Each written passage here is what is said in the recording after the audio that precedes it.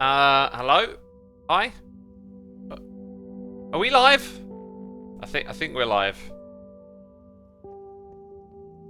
I think that we're live on the twitch.tv/Xisuma. Peeps are saying in chat. Cuplex says I think you're live. You could be imagining this, Cuplex. God, you got to provide more proof than... Oh, I think. God. I think the world is flat. Therefore it is. Goodness me. Okay. We got 3 things to do today. Corals, wood, and pistons. And zooming in and zooming out. Excuse me, I like to be a goofball when I stream. We need a beacon. Got. We need an ender chest. Got. We need shulker boxes. Check. Don't know why I changed from got to check. That's kind of it, really. Off we go. I have a nether portal to get to this place. I can't remember where it is. I also just realised I forgot to open my list of materials I need to gather, so... it is that one there. Let's start opening it up. So where did I go? Actually, no, I'm starting to remember now. We went in this direction. Yeah, I know where to go. And I got my list. I got my list open on the other screen. Oh, I'm so prepared. Oh yeah, and if we do all 3 things that I need to do, we'll come here and do some nether tunneling. I'm hoping we can get some more ancient debris. I only got 2 pieces from the entire thing. God, not enough. To the mesa. So, I believe it is beyond the mesa. Is there a list of mods Xisuma uses, says Paper Polygons. I have not put one together yet. It is low on the priority list. How are you able to see the contents of a shulker box in a chest, says Relapse, with the shulker box viewer mod.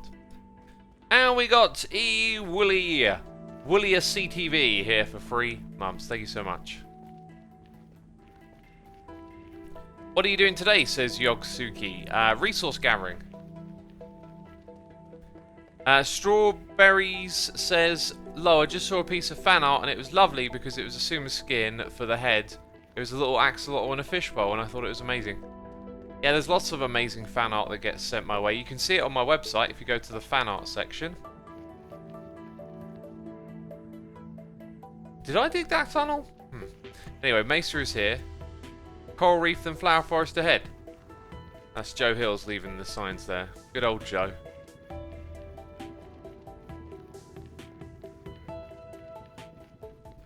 Wilson says, what's the sleep schedule?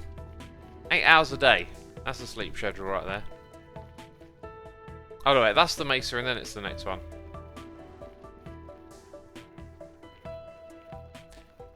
Neolithic soft courses agree about Hermit Rivals was so much fun. Yeah, there was nothing but great feedback on that game, which was terrific to see. I'm a bit annoyed with myself because I was in sort of developer mode, if you like. Like, I went into the game like thinking about how we had designed it and things that were different. Like, they only had a certain amount of time to put the game together, and there were a few things that were different than expected. And earlier as on, I was kind of like worried that people wouldn't enjoy this, but I was just being a goose.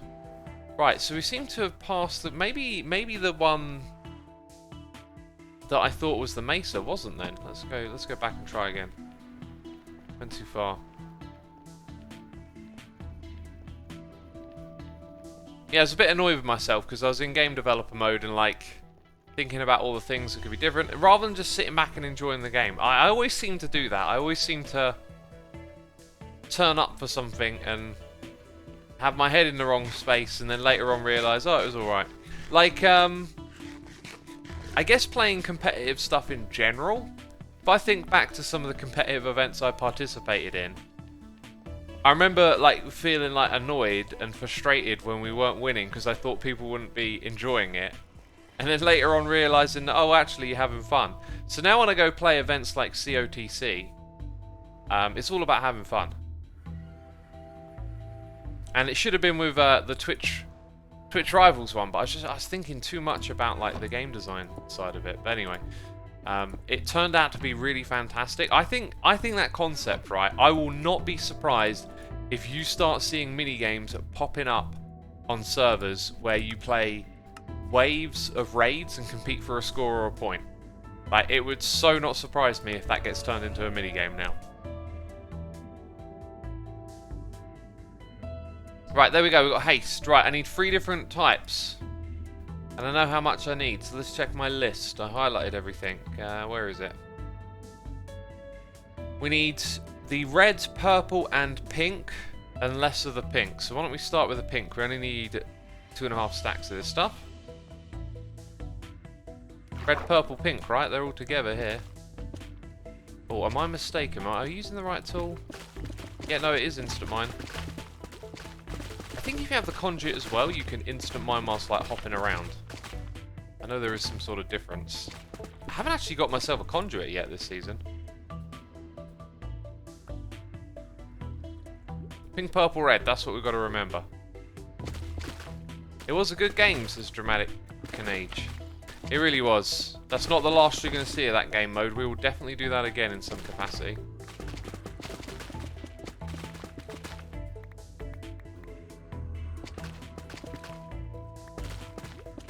I would love more raid events in the game. After a couple of raids, it gets old. I can imagine, yeah, like it can get repetitive, right? But there's so many ways to spice up the raids, and I think what they need to do is they need to have a few more events within themselves. Like maybe they need mobs that give you like extra points or something, right?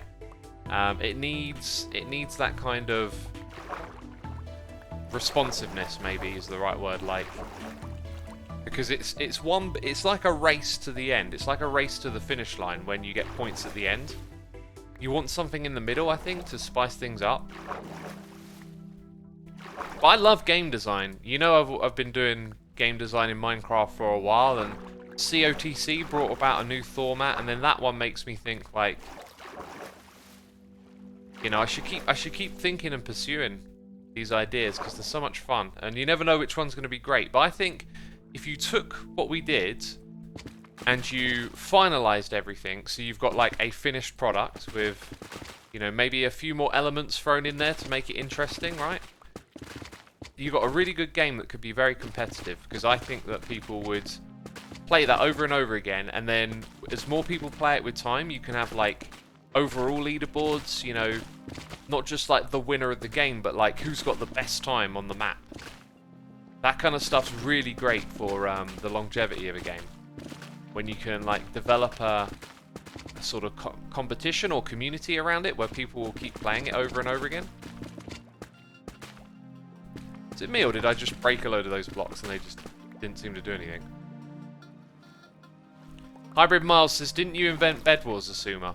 I made the game called Rush, which all those Bed Wars minigames is based on. But that thing, like, as soon as we started playing that in a small group, that thing, like, spread, like, pretty fast. Like, it was just such a simple concept. And then we were playing it in my community, like, constantly. And then other people nearby, like, adjacent to our community, started playing it, hosting their own servers. And then, like, I think after we were kind of done with it and stopped playing it, I then learned that it had become Bed Wars on all these servers.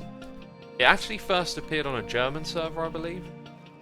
And then it just sort of became like the standard like mini-game to have on a server. I miss playing that game, Rush. It was cool. I think I'd like to like remake that maybe at some point, but I think most of the concepts you could attach to the core of the idea have sort of been done through the other mini-games. So when it comes to designing, you always kind of want to like do something new and novel and interesting.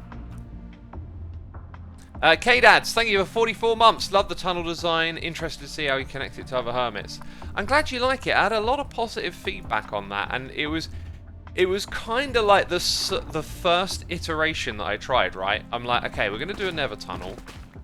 Let's like, you know, get in a creative world, and I think, what slabs and stairs do I have access to? Well, I've got some blackstone. We'll get that as we dig stuff out. Sandstone's pretty easy to gather. Let's put those two together. Started making a bit of a shape. Basically walked straight into that idea. Overall, it's pretty simple, right?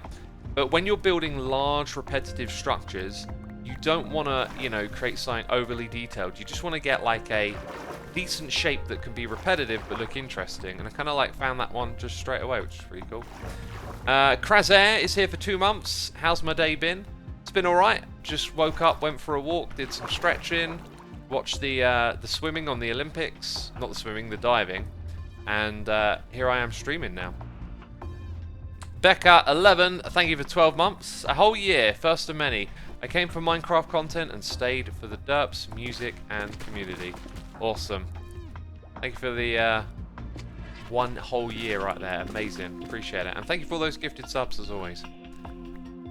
Dora Lorama, thank you for 7 months. It's my wedding this week. De-stressing with a little early morning Xisuma. Keep up the good work. Well, congratulations on soon to be getting married, and yeah, I can imagine needing a little de-stress, a lot to organise, a lot to worry about, right?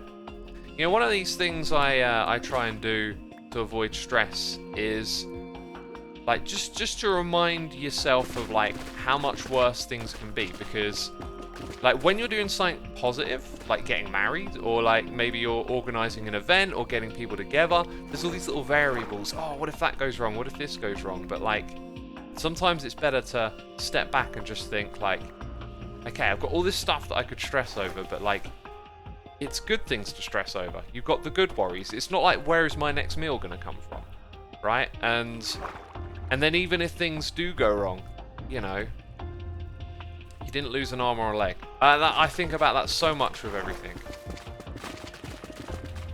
Like when we travel in a group, in a family, my dad tends to be the worrisome one who worries about everything, and I'm always like, look, you know, we're going to this place. If we don't get there on time, it's not the end of the world. Isn't it great that we get to go to this place and do these things? That's how I think and approach stuff. Why would you try to avoid stress monster? Joke. A half joke there. Yeah. Let's have a look. Out. G Jeans is here for 8 months. Jay's on Fire is here for 60. Oh my goodness me. 60 months, incredible. We also got Becca11 gifting a sub to North Glass for 4 months. Fandery 27 here for 2. Fegley's here with cheers and bits saying, you tried one chunk wide Minecraft where you set the world border so you have like 1 million or so in length, but the world is only one chunk. It's like a horizontal world. I have not tried that. Those things have never really appealed to me. I've never been one to play survival with some sort of like imposed limit. I don't know why. I think I might actually enjoy doing that, but my problem is that I'm a one world player, and that world is always Hermitcraft, right? So I tend not to really branch out and do too many other things. By the way, I only needed... Oh, right, okay. I thought I might have had a lot of blocks by now, but apparently I haven't. Xisuma, do you use Optifine? I do not. Yeah, Optifine doesn't work on my computer. It lowers the frame rates. I mean, I know that's like not what it's supposed to do, but I don't know. On my computer, it's like, nope, this ain't gonna help. Sodium, on the other hand, sodium makes a difference. The only problem is it's got this weird translucent issue with honey blocks. Oh, and I shot a message in the Discord and then got distracted. I was hoping that they'd fix that by now. As soon as they fix that, I'm going to be using that all the time.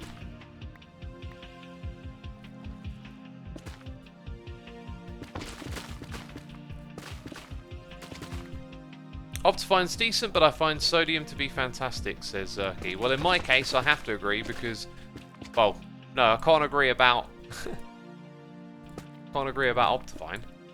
Like I said, it lowers my frame rate.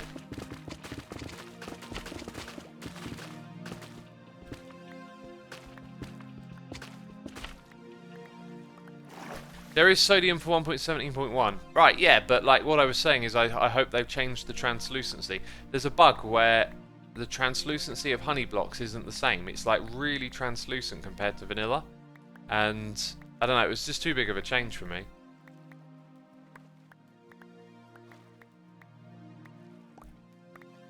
We got noises in the ear. We got Kitty Gaming 99 here for 44 months. How new is the Twitch icon? I am not aware of Twitch changing their icon. I don't know. It's 19. Thank you for 9 months. Appreciate it. Mugen is here with a prime. Synthin is here for 3 months. Hope you've been well. I tried curry for the first time recently because of you. Awesome. I hope you enjoyed it. I'm actually going to cook myself a curry after this live stream. Going to make myself a korma. I've got some rice and some samosas and bhajis. Gonna have a right little feast.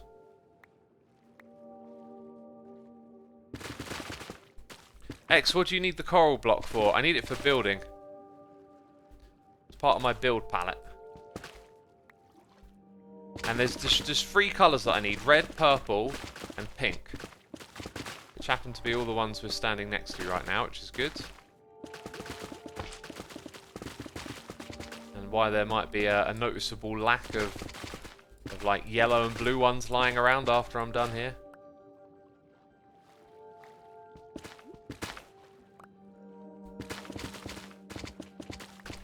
There we go.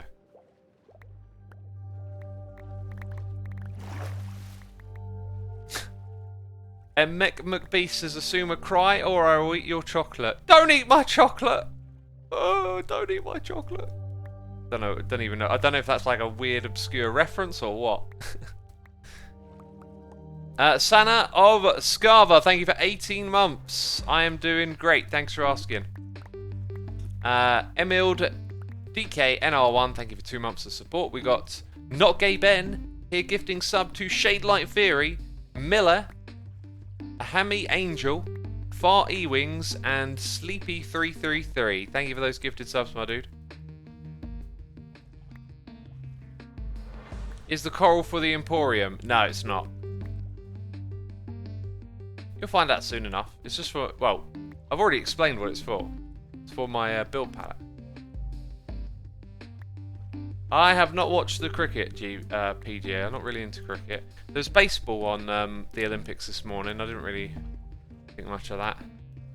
I was thinking about it, like, I feel like team sports in Olympics that are like established sports elsewhere, they don't really feel like they fit in that much. Like watching the rugby and football and baseball and hockey, like, I don't know, something about the team sports. I like the idea of the Olympics being more of the athletic individual skill stuff, because they keep adding tons of things, and you know, technically there's no rules around what they could or couldn't add, right? Okay, so I've got enough of the brain coral, right? I only needed 2.5 stacks, and I need over 6 stacks of the other ones. So obviously we've got to keep going. But red and purple we need to focus on. Got some purple right here.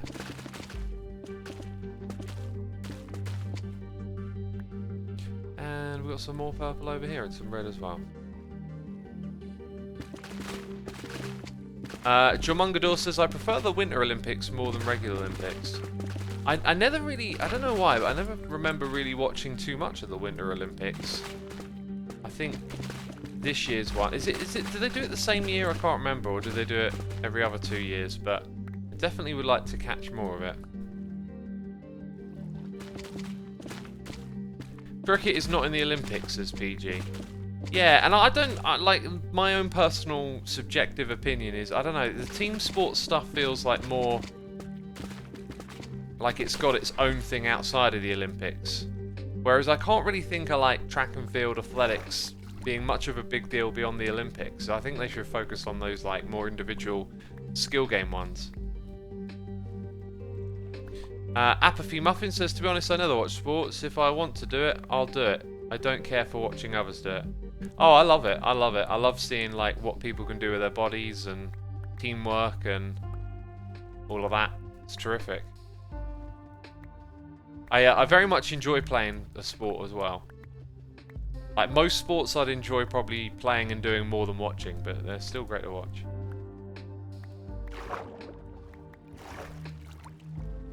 Apparently the Winter Olympics get projected on the big screens at school. Cool. Why not the regular Olympics? Seems more of a like just a school decision, right? To put those things up for everyone to watch. To be fair, considering the UK, I'm from there, I don't find football fitting in considering we don't participate. We do, we participate as Team GB though, right? Because when we go to the Olympics, we're not England, we're Great Britain. Whereas in the World Cup, we'll have an England, a Wales, a Scotland, you know? Or the Euros. We don't need the pink stuff anymore, do we? But I don't really enjoy. I feel like football's so well established that like at the Olympics it just feels a bit and it's also, it doesn't attract the best players as well, whereas in like the running and all of that sort of stuff it really does. Yeah, there's some purple right over here.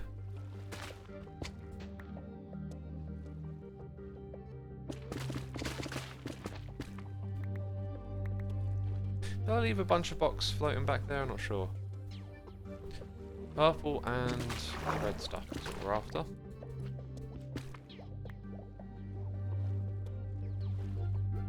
Oh, and I left my material list on the screen.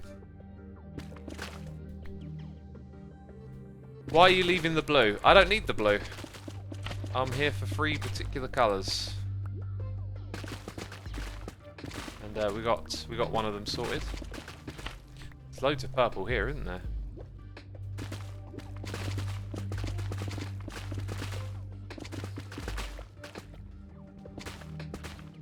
There we go, let's get some air and get these all picked up. X, are you going to try and get the blue Axolotl this season? Nah. It's just an obnoxious grind to get. Like, I think the idea of adding like rarity or difficulty to the game is really cool. But when you just make it about like, hey, you got to do this really grindy, repetitive thing over and over again, it's like, doesn't really seem that like worthwhile. I don't know. I find reward in a game from creativity and problem solving really fun. I don't find grindy stuff that rewarding. So if it's like, congratulations, you spent, I don't know, weeks sitting in a world breeding axolotls, I'm just like, you know? I know you can automate it to some extent, but that too seems a little, I don't know, a bit much. Maybe I'll do it like at some point, but it's certainly not a part of my plan. Are we out of the range of the beacon now? Okay. Let's check it out. I think we've probably got enough there to push us over the edge and give us what we need. I also, now it occurs to me, I've probably got some of these already lying around in a chest, so when we take them back, I've probably already got some of these materials. But we'll definitely have enough for our building.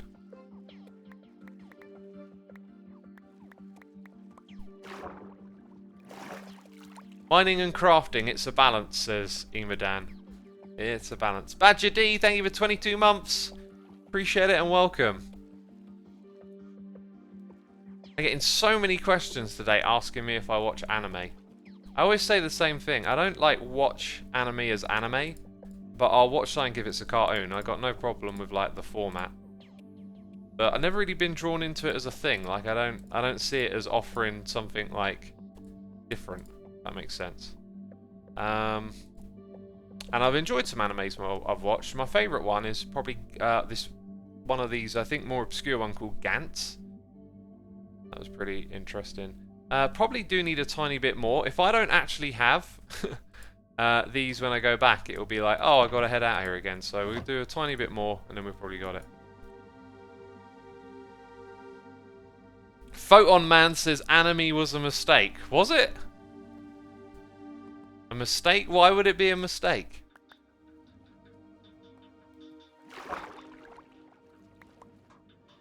It's not really big here in the UK, really. Anime, I mean, says Dramatic Angie.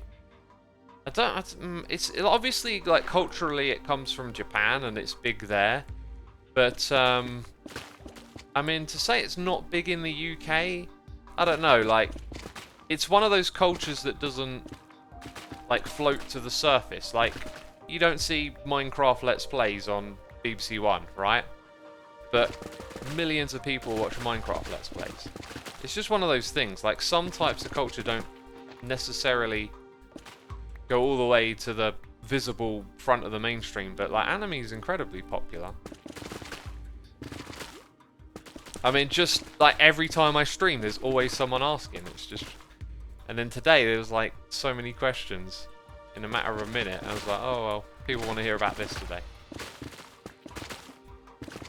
It kind of got big when I was growing up though. Like at least it got culturally exported. Like it was in Japan for a long time, and then in the sort of mid to late 90s, places like, I mean, I'm not going to get this specifically wrong, right, but I think Cartoon Network and a few other like cable television channels started expanding their horizon to these Japanese animes, and then that introduced it to like a whole new generation. That generation is now like people like myself who create content. Like they talk about this like 20-year lag thing where like kids grow up, they're really impassioned by something, whether it's music, television, movies, and then they go, in 20 years time, they'll be in their 30s, they'll have a career, they'll have influence and wealth and whatnot, and so you see like a 20-year lag. So like right now and for the last few years, there's been like quite a lot of 90s vibes being found in music, if you know where to look in the right sort of places. And it's that 20-year cycle. It's like the kids that grew up with, you know, their older siblings listening to like grunge and then new metal. It comes back around again because they're inspired by that, and then you know, like they go and do it themselves. So with anime, it's like there's a lot of people who are probably like air quotes tastemakers, influencers, whatever, who are into this stuff, who were introduced to it 20 years ago when they were like a teenager, right? And then that introduces it to a whole new generation of people. Maddie Likes, I didn't read the rest of your name, says, I watched anime on Cartoon Network. Yeah, that's where I think a lot of people in the UK and America like first saw it.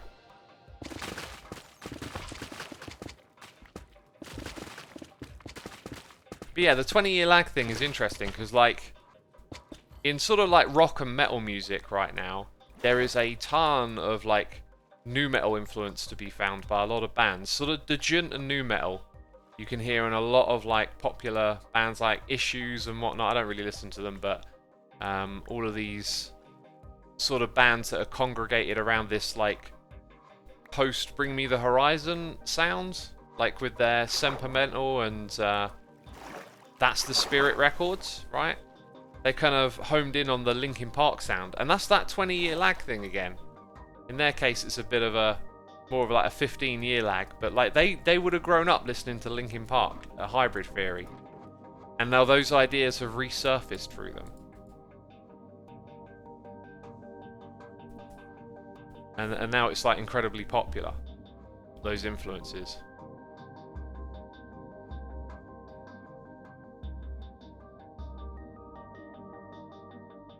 Right, anyway, I think we got all we needed here. We'll head back to the base. Gotta take the beacon with me, right? Somehow I tend to leave the beacon behind. Waldo says, I know many people in the UK that like anime, including me. Yeah, all of my friends like anime. But I wouldn't say that means like lots of people in the UK do. I think it's, you'll find across the board it's probably pretty common that people like it. But there's this thing like you and all your friends like anime. Well, one of the reasons you're friends with people is because you have similar interests, right? Same for like things you're into, things you do, or habits like smokers. Like people tend to not have a mixed group of friends that are like some smokers and not. Friendship groups tend to end up being like all smokers or not. So those of you in chat, if you're a smoker, like you'll probably find most of your friends are smokers, and if you're not, you'll probably find most of your friends are not smokers. It's like that, right? You share common interests and habits and behaviors. So if it's like, oh, all my friends are into anime, it must be popular. Well, it's like that's your thing you share as friends. So if you, like, you know, there can be a mix. Like there can be like a group of people who, like, if the common interest is like, oh, we all play football together on Sunday or whatever, then half of you might like anime, half of you might not, or half of you smoke, half of you don't. But like, sometimes that common thing can be what, you know, bonds you together. Like, growing up with my friends, it was always music. We were all just like die-hard music fans. It was all we did was like listen to music, talk about it and whatnot. Did have stuff as well, but like that was just a huge deal. That was like the thing we bonded over.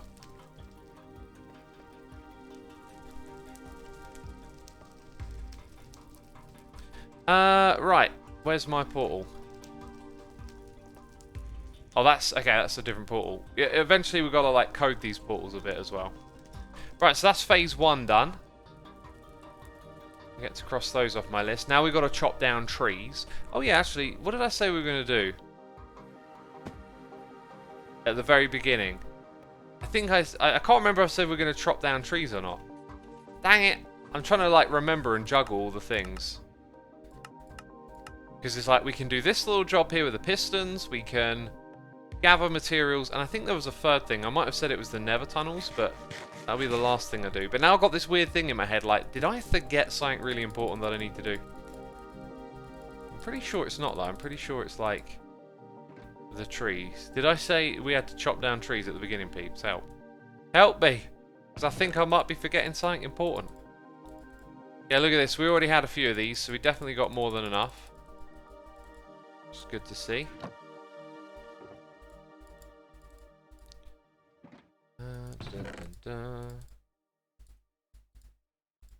Perfect. Fills it up as well.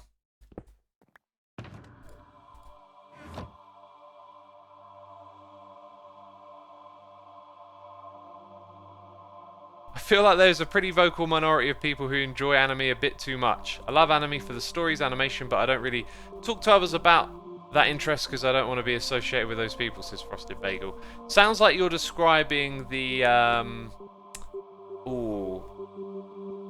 like the Rick and Morty fan base thing, right? Like there's, you know, I really like Rick and Morty. I think it's a great show. I think it's really funny. And I also think that some of its supposedly like deep or like difficult to understand humor is kind of really not, in my opinion. I think you can get the point of what they're getting at pretty easily, at least in my mind.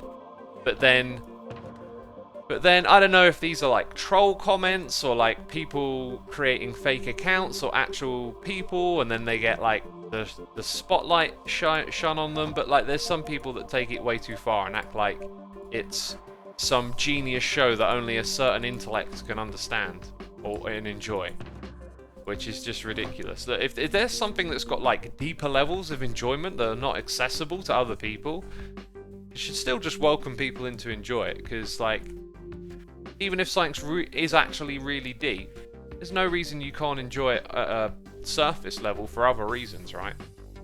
That's just toxic fan bases in general, says Whip8W. Right, yeah. But like, I like to think of it not as like, oh, this fan base is toxic, but like this is more of like an occurrence, a way that people look at stuff, because like it gives that show a bit of a bad rep when some people think like, oh, this is their fan base. Oh, their fan base are like that, right? You know, it's kind of silly, really.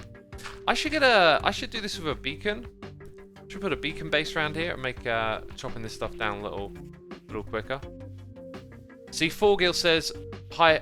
Oh wait, I thought you said Hypixel. It's Hyperpixels, but I don't know what that is. Like, you can throw out any fan base. There's probably something you've encountered where there's like some toxic element. In my mind, it's like not helpful to describe the whole thing as being toxic, but to understand that like toxicity can just occur in places, right? And yeah, there does sometimes appear to be like biases. I remember I was talking with Joe about the FPS stuff. I would consider that a pretty strong example where you can have biases. Like,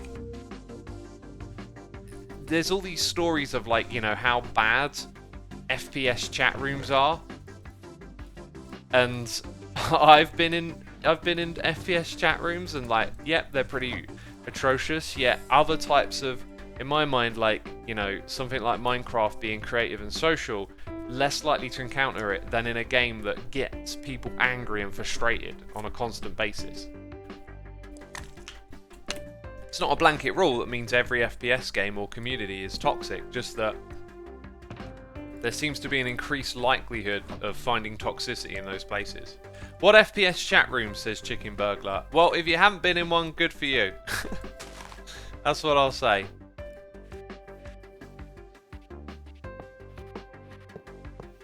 How many days have I gone on the No Wings Club? 958.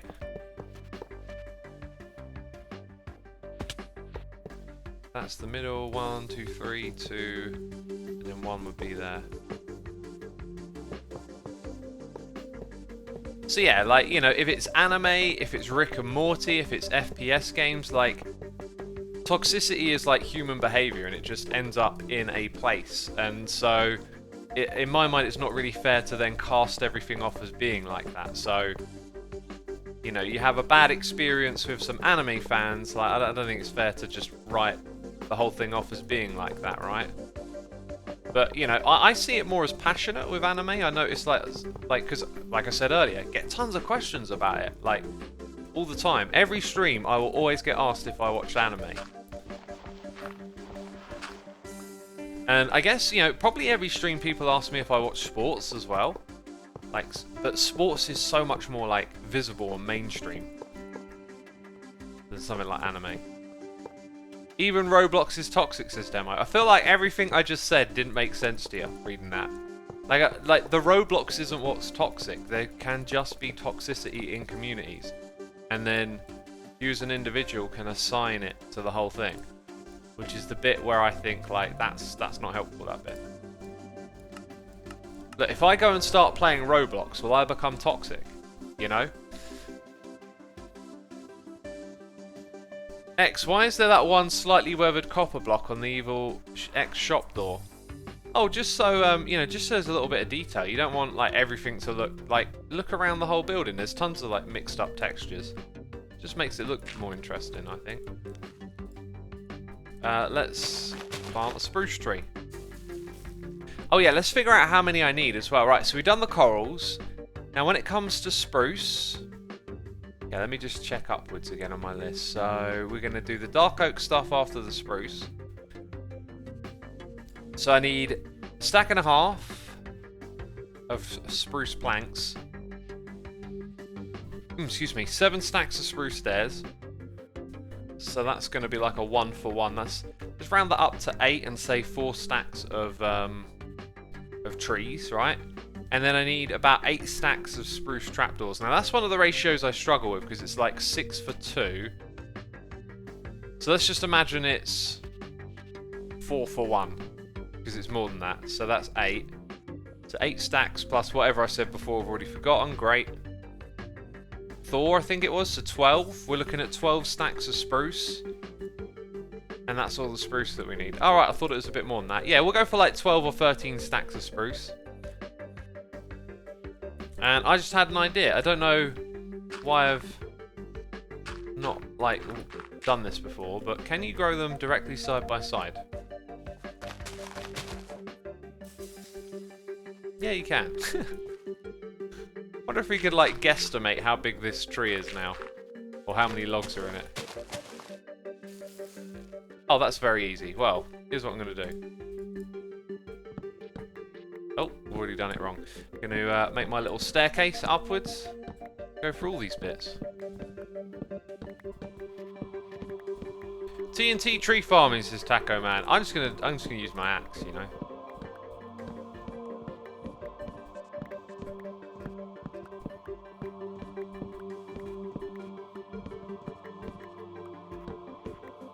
How long do I usually stream for? Around 2 hours. Usually my time. By the way, I'm so far behind on the noises in the ear. Bo2112, thank you for your Prime subscription. Appreciate it, my dude. We got I Am Beatles here with a Prime. Jesus Carl, 85 for 4 months. Thank you so much. Also gifting a sub to Nickname Hugh. Carl, thank you ever so much for that gifted sub. Appreciate it. Very kind of you. Very kind indeed. Right, let's chop off a couple more of these and then I can read some more. Hey, we got a Moogle's Doodle here for 14 months saying time to support my favourite Axolotl. Appreciate it, my dude. Bazarka78 is here for 45 months. Incredible. We got Vuko here subscribing. We got Baba40 with that Prime subscription. Thank you so much. Kits Bahol here with some cheers and bits. How do I improve building? Also terraforming, because I can't get the inspiration for building. Aha, I've answered this question many, many times. I will answer it again. Thank you for the cheers and biddies. Becca, also thank you for gifting a sub to EvoFin. And Hangrily John has subscribed with the Prime. We're all caught up on those noises in the ear. Excellent. So, here's how you do it. Here's how you improve your building. You keep building. Alright? Got no inspiration? Doesn't matter. You keep trying. You can't improve thanks to some magical force, just, you know. Oh, now all of a sudden it all makes sense. You have to just keep building. And you have to build things that suck. So if you build something and step back and like, oh, I'm rubbish at building, that's terrific because you have built. Now you can look at it. Now you can assess what didn't work and you can try again. And next time when you try again, it will suck a little bit less. And you'll start to learn some things along the way. Ah, it actually looks better if I do it like this.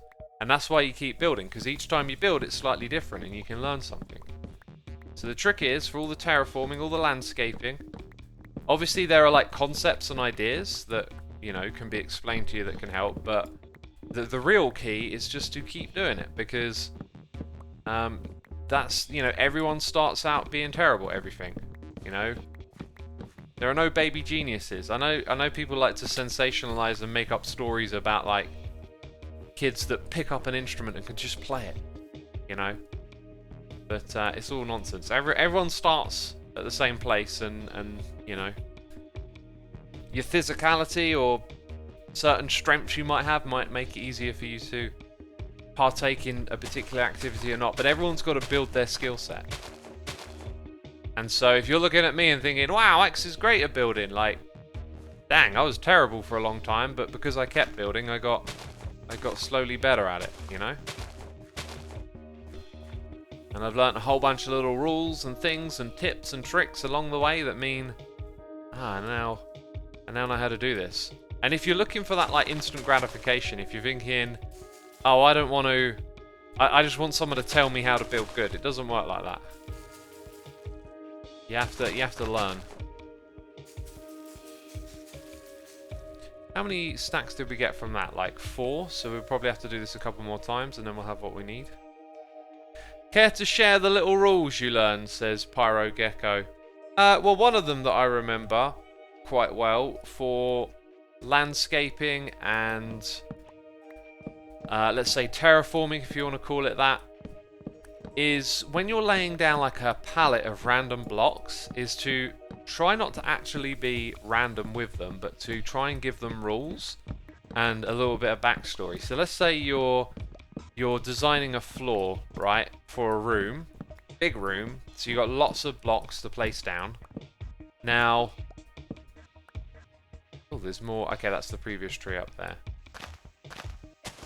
Now there's like, you know, a lot of space for you to put in these blocks, and you could just put them all in randomly, because that's the floor design you're going for. You want it to look textured more so than designed and built, right? The trick would be is to look at your textures and go, right, this one here, I'm always going to put in like blobs, and this one here is always going to be in streaks, you know, and this one here is only ever going to appear on its own. It's never going to be next to another one of its same. And then you'll go from having something random to having something that looks like it's got a bit more form to it. And that's important, because if you look at like anything in nature, I don't know, like if you look at like mountains and rocks and stuff, it can be kind of easy to like dismiss it as oh, it's all sort of random and jagged. But if you pay attention to it, you'll notice there are like little signs and little common occurrences and whatnot. Like for example with the rock, we obviously know that like you can go through the different layers of rock and they're created at different periods in time, and so there are subtle differences between them. It just things like that, you know. it gives it a backstory, if you like, and it doesn't need to perfectly make sense or anything like that. You'll just, as a experiencer of the build, you'll sort of intuitively understand it that way. For example, like with my roof over here, that's not going to have that. It's going to have two textures when it's done. This one here that we're looking at, and then the fully oxidized, right? And I'll have little streaks of this one going throughout the place, just to break up the monotony of the other one. But that's not like the level of detail I'm describing. That's like a much simpler rule set. I don't actually have like an example around me really, because we haven't done as much in this season so far.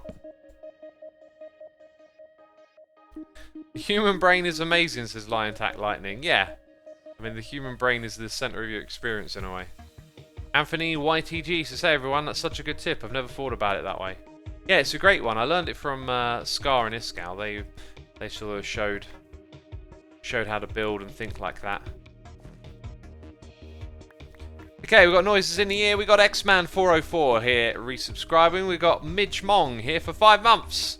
Brian Hancock is gifting subs to Maddie Mad, Sakana Kaizen, Natasha J84, TBZ 000, and NH Fisher Cats S Fan 80. Thank you for those gifted subs, my dude. Becca's gifting a sub to Anthony YTG. Appreciate it as always, Becca. And Chadoy is here for donation, saying first time tuning in a while. Very pleasant to watch as I'm working. Somehow keeps me more focused. Been watching since I was like 15. I'm 22 now. Big fan, man. That is awesome. 7 years. Wow. That is so cool. Thank you ever so much for the donation. As for being more focused, yeah, like, I don't know what sort of work you're doing, but I find a lot of manual labor type stuff, like, you get focused because you've got, like, something to put the wandering part of your brain on, right? Like, this thinking, wandering part of the brain, when you're doing, like, something work-like that can be a little bit mundane or repetitive, having something to put your attention on just lets you like crack on with that. Whenever I'm just like playing Minecraft and doing the grind and the building, there's always like something to listen to, or watching something on another screen, and it just like it keeps you entertained, doesn't it? When it gets a little bit boring and repetitive. Any tips for new / upcoming YouTubers, says Cameron Plays. My tip is always to do YouTube, not for success, but for whatever it is you're passionate about making videos on, right? And to enjoy making videos and to start. Like a lot of people will say, should I? Right? Well, if you're asking someone else for permission if you should do something or not, you're probably not that passionate about it, so maybe not. So like make sure you want to do YouTube not just because you watch YouTubers and it looks like it would be cool to be a successful YouTuber, but like you need to have something you want to share with the world. This thing will eat you alive if you're trying to do YouTube for like money or success or numbers, clout. Like it'll eat you alive. This is like a very grindy like morning to dusk type of job. So you have to really like love what you do. Like I said, otherwise it'll eat you alive. It's like every day for me, it's just like constantly working towards like my next video, which is great. I love doing it. And then on my days off, it's like I completely tune out and like, go do whatever else it is we're doing. But when it's not a day off, it's like total YouTube. Aren't all jobs like that? No, I would say. Like, the jobs that I've worked in the past are more like turn up, do the job, go home. Which is very different. You're not exactly passionate about what you're doing, but you know how to do it, you get it done, and then you go. And then the rest of your time is yours. With this, it's not like that. It's more like there's a never-ending demand, really, in a way. You have to manage it. And, like, you can always do more if you're a YouTuber. And I've certainly lived through some years on YouTube, like doing it unhealthily and just constantly making content and grinding and trying to grow and succeed and looking at numbers all the time, and I'm past all that now. Past all that. I think most YouTubers who have been on this platform for the last like 9 to 10 years have done that. Becca says, Liger Gaming's podcast on burnout has some great tips. Yeah, I saw that he was doing a podcast. I might go on there and record something with him at some point. I don't know what will happen though. X, do you go to the gym or work out from home? I work out from home. I couldn't do with that commute. Like, that would just add too much time. Like, I've got equipment here at home that I can use.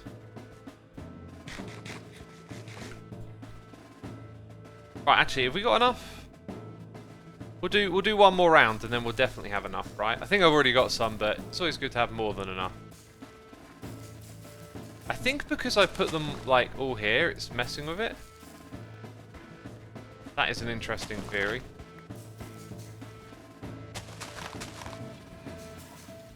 Here we go.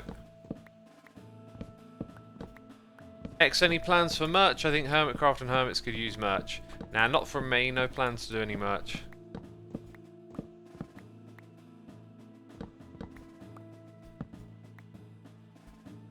X, is depression gets over sometime, or is it for all eternity, says Puffball. Life is change. Okay? Change is the one thing that you can rely on.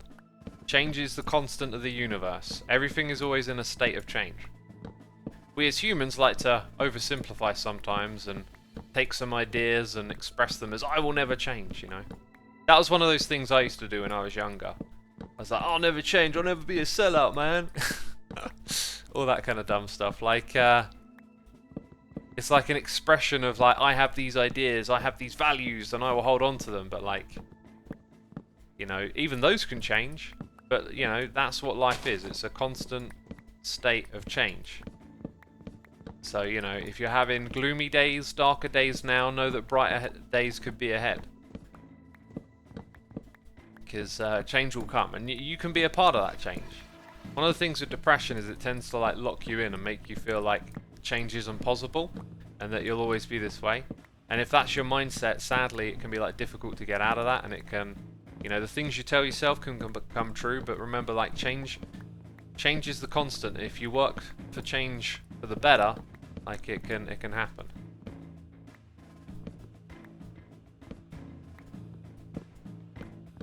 When you grow up and realise how cringe you once were, says Chicken Burglar. Yeah, maybe. I don't know. Cringe is one of those things, I don't know, like cringe. Calling people cringy. I'm like, we're all human. I don't know. Cringe to me is like not that cringy. Like when it's other people, it's like, we're human. We do this. We get silly ideas in our head and do silly things. But yeah, I definitely look back at myself and just think, oh, you Wally, you idiot, you goofball. And it's funny, like, if I were to go back and talk to myself, like, imagine you could go back and talk to yourself in the past. I think if you could clearly see, oh, this is actually me from the future, you'd probably take it seriously, I reckon. But like, I would say things to myself that other people would say, and that advice was out there and I would have ignored it then, right? Thought I knew all the answers and all of that, right? Wouldn't listen to anyone else, but like if you went back in time, so your prior self saw yourself and like, that is me from the future. I didn't know time travel was possible, but that is me from the future. I reckon that would give you a shake up and you would listen. Right, but if it's someone else, like someone else trying to be helpful and give you some advice and tell you some brain smarts, probably stick my fingers in my ears and go, whatever. Where that iron at, homie? There it is. Cool. I feel like I need a chest for this wood, but it's all for one project, so I guess it can go in there for now. Right, the next thing that we need is the dark oak. That's what we're doing next.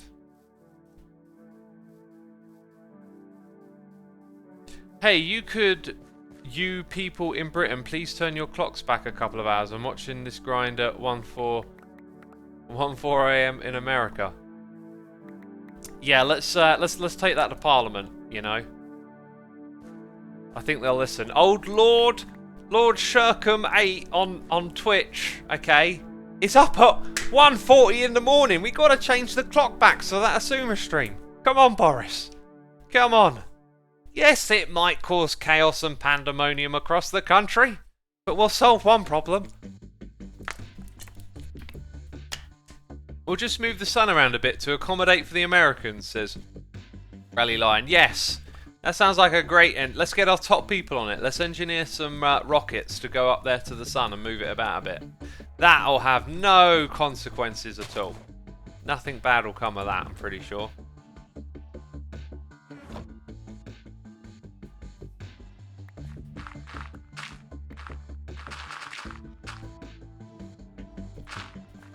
Now you know how most Aussies feel when the Americans stream at 3 AM.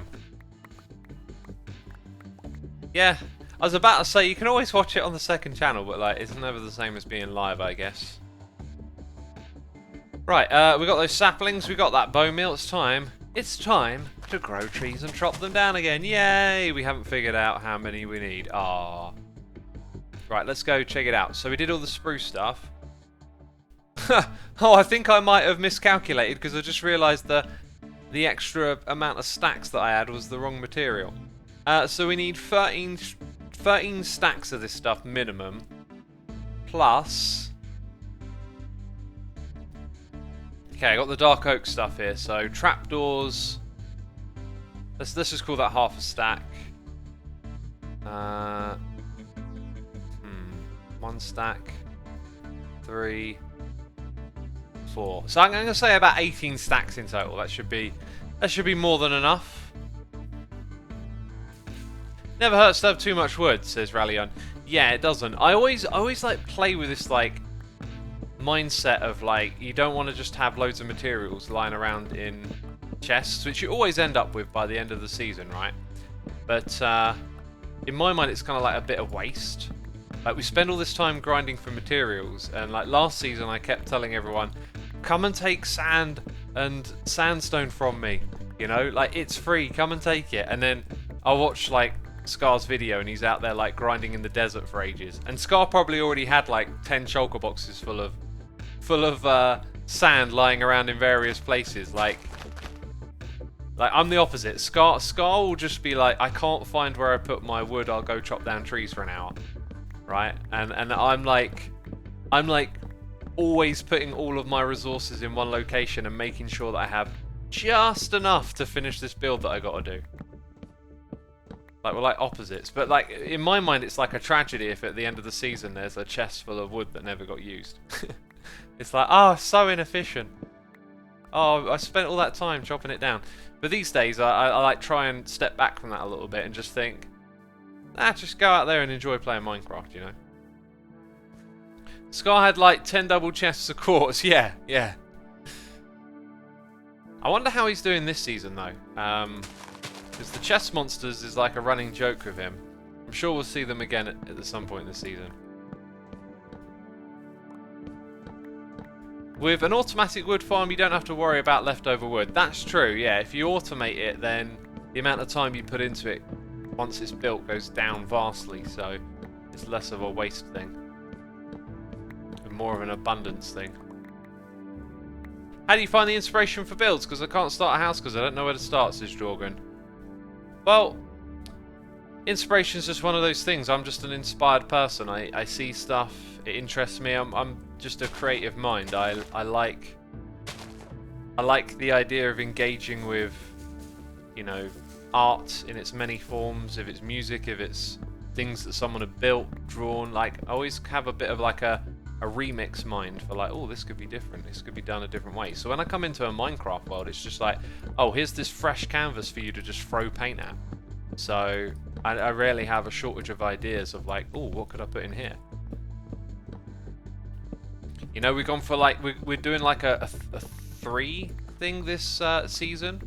We've finished one of them, which was the starter area. That was just some sort of like, let's go here, throw down a few things, and then have fun doing some building, then move out. And now we've got the other 2 parts, which is the Evil Emporium over here. That area will expand, and then we've got the whatever we're calling this bit, the village, over in this area. It's definitely a village because it's going to be full of villagers.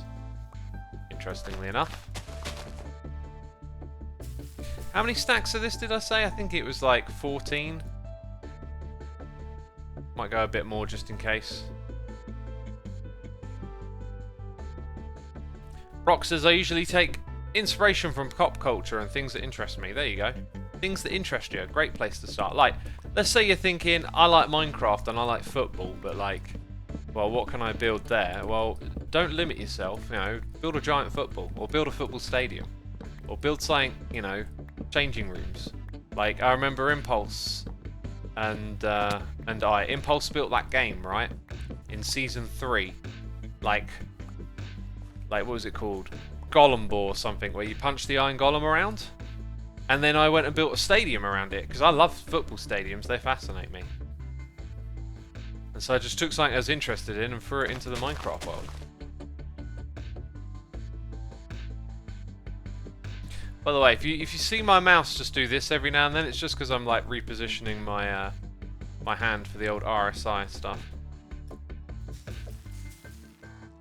I can never seem to get it comfortable. My new ergonomic keyboard is wicked. That's like a huge improvement. Like, so much less fatigue, but this this mouse situation ain't resolved yet. I still haven't done my research to figure out what else I could try. I did have a little look for extra large mouse, but I wasn't really sure what I was looking at. They'll sort of look the same because they're just pictures, right? But I did remember reading something and seeing this one picture of a mouse that was like a big blob, and your hand would rest entirely on the mouse. When did you start posting Minecraft videos, says CEO of Typos? 25th of September 2011. So actually, I've got a month to go. A month to go, and then it's 10 years. And I'm probably just going to do an anniversary stream and like a... Actually, I think I'll try and prep some... Let's go look at old worlds together on a stream type thing, and also... Dang, there's quite a bit I could do actually in terms of nostalgia, but let's see what I have for prep time. I'm just going to post something talking about it on my Xisuma Says channel and do a live stream. I think nothing grand or special. I'm done with all of that. I used to really like it. I used to really love like looking forward to milestones and coming up with some crazy thing to do for the audience. But after you've been on this platform for 10 years, it starts to just feel like, I don't know, been there, done that, right? Done my subscriber specials for like 10k, 100k, 500k, and now I'm just here enjoying the experience. Do the old voice, says Emadan. What for like the entire stream? Just stream as if it were 2011. I mean, the first videos I didn't actually talk in.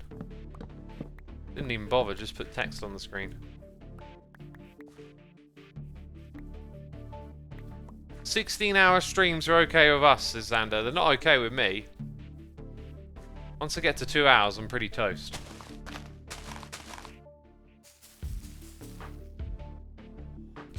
Xisuma, you sound down. Are you good, says Donovan? No, I'm terrible. I sound so down. Oh, okay, let's continue chopping down these trees. Oh, excuse me. Oh, how's everyone doing? Oh, Jesse Bucket, thank you for the cheers and bits. I don't know why people tell me I sound down when I'm streaming sometimes. Oh. Seriously, Jesse Bucket, thank you for the cheers and bits. I love how your streams are just debating current topics. It's oddly relaxing. Let's have another vicious, violent debate over a current topic. What current topic are we going to talk about next? Thank you for the nice words, appreciate it. Red Steel Eagle, thank you for 66 months of support as well. Honestly, what I sound like doing work in our 6th lockdown in Melbourne. 6th lockdown, dang. I haven't been following a lot of like news like that around what's happening elsewhere in the world lately. Oh man, everyone is suggesting, could we talk about Ethereum mining? I did a little bit of Ethereum mining, and then I was like, I know what this looks like now. This is just, like, once you've actually done some mining for crypto, you're like, yeah, this is an environmental problem. Because my computer was just on for like weeks, and then I got like a little bit of ether. And then I was like, there's definitely more than that. There's way more than that go out there, and it's all being mined, and it's like, whoa. That must take an intense amount of computing power. Got to move over to proof of stake. The sooner the better. Actually, Cardano is doing proof of stake, and I've been staking on there. And the stake pool I'm in paid me out like half a Cardano. Don't know if that's the way to say it. But then the fee for cashing it out was about a third of a Cardano. So you have to wait until you've accumulated a lot more in the stake before you take it out. But that doesn't matter. I'm just having fun, you know, in joining in with this crypto stuff a little bit. Some people have a separate computer for crypto mining, says Demo. Oh man, do they? Some people, oh, they're ruining the planet with their extra computer. Right, there are like power plants out there that have been converted into factories where there are thousands and thousands of machines mining cryptocurrency.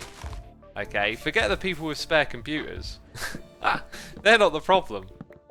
There are like literal geothermal power plants. Like there's one up in Iceland that's just got an insane amount of computers in it, like 10,000, just all mining Bitcoin. It's like a serious weird problem. We should abolish computers, says Fiercely. I don't know what we should do. Like most things come down to like freedom or like someone deciding, right? Like, and it feels like one of those things where you need an intervention. You need people to come in here and go, right, this is ridiculous, let's change this. But, you know, it's people's money and livelihoods, it's jobs, it's a finance system, I guess. Like, I don't know what they're going to do about it. I really like cryptocurrency for being a form of democratized to some extent. Or you could say technocratized. I don't know, I'm trying to mix the word technology in there, but like it's like open source finance, where the people that participate are essentially voting by participating. Like the way the financial systems work in this world, like you don't really have a say in it. You have to play the game, but you don't write the rules. Whereas with cryptocurrency, in essence, you can write the rules, although, as you'll find, like no democracy is perfect. You may have people in the game participating in the cryptocurrencies that don't understand it, or essentially vote with their participation for the wrong reasons, or being uninformed, right? It's not perfect, but it puts finance in the hands of people. Yeah, it's decentralized, chat is saying, you know, and it's transparent as well. Its rules are open source. Everyone can see how it works.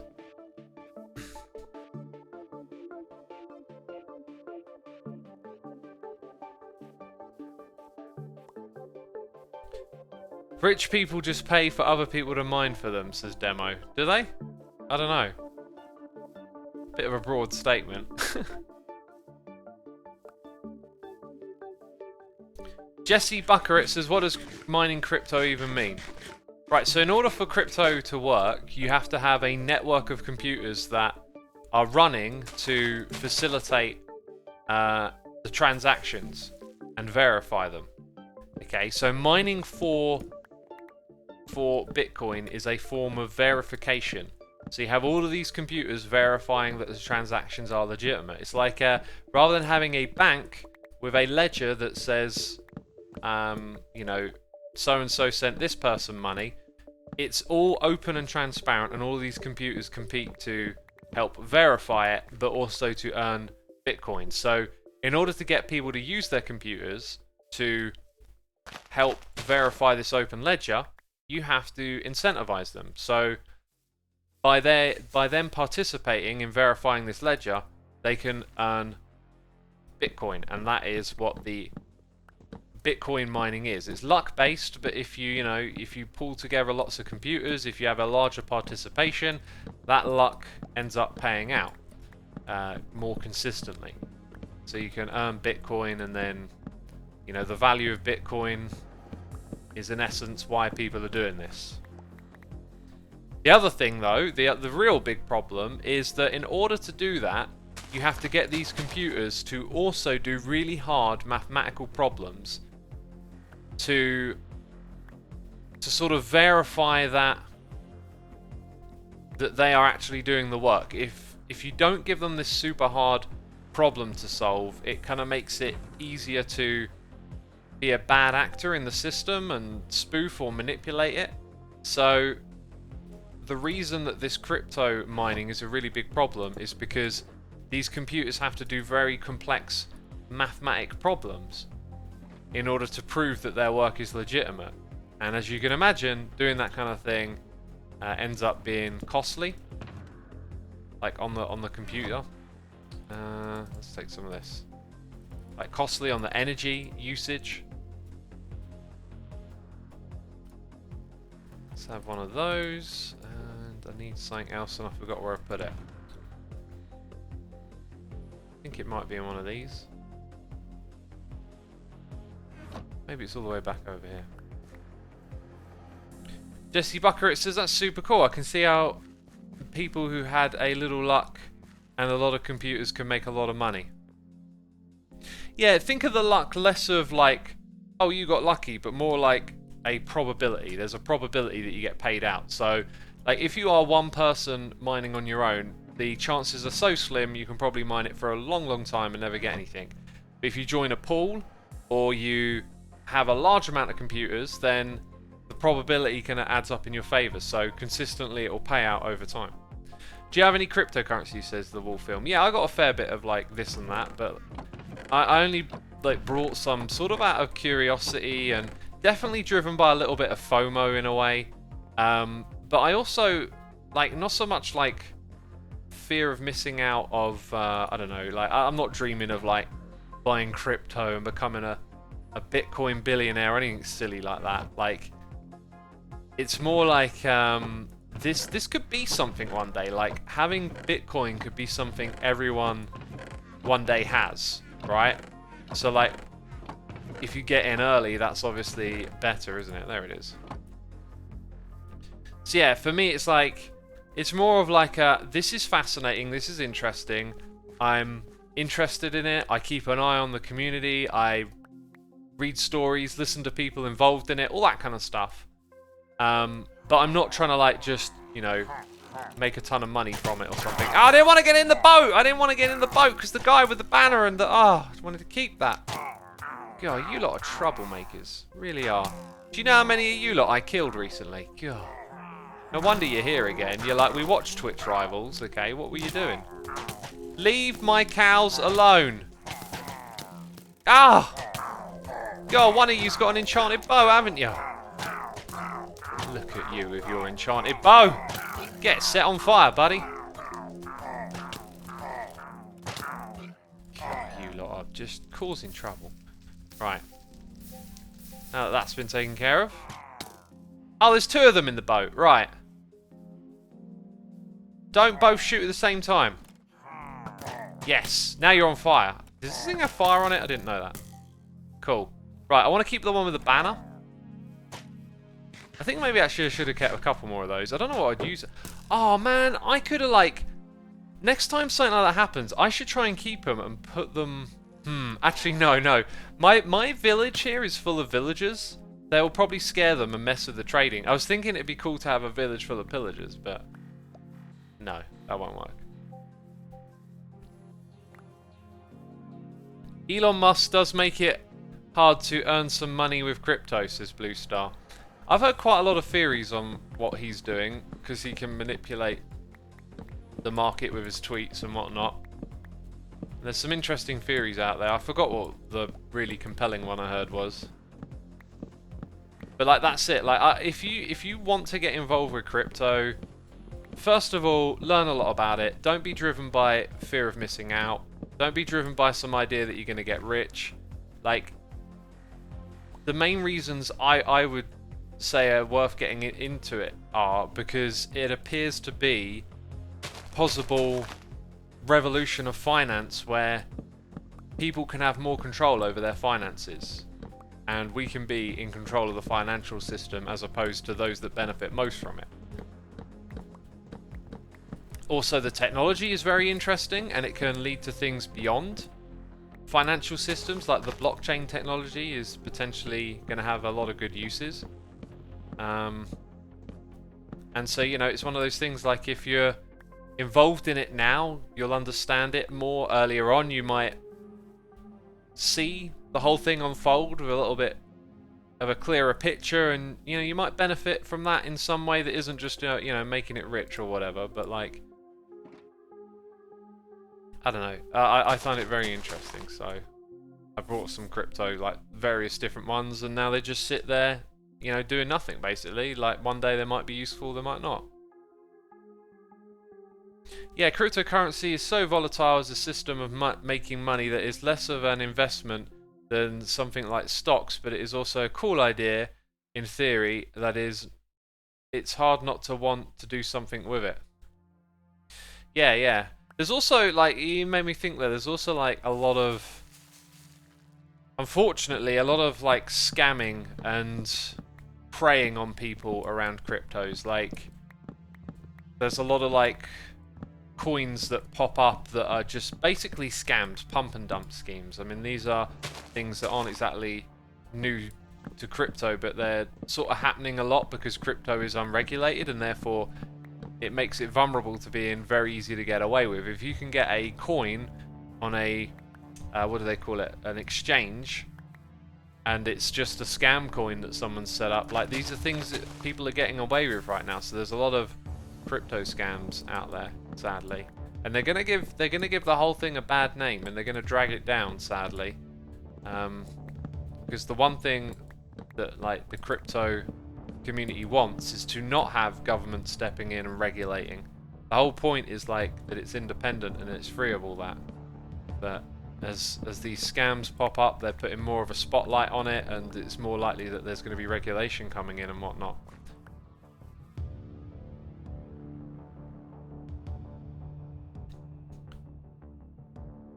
What about Derp Coin, says Doofus? Derp Coin is going to the moon. It is definitely not a scam coin.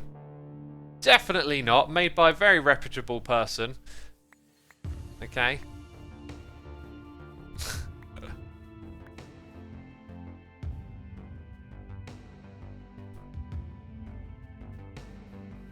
I put $20 into 2 cryptos and they went up to 230 and 140 just by sitting there for a year doing nothing, says San.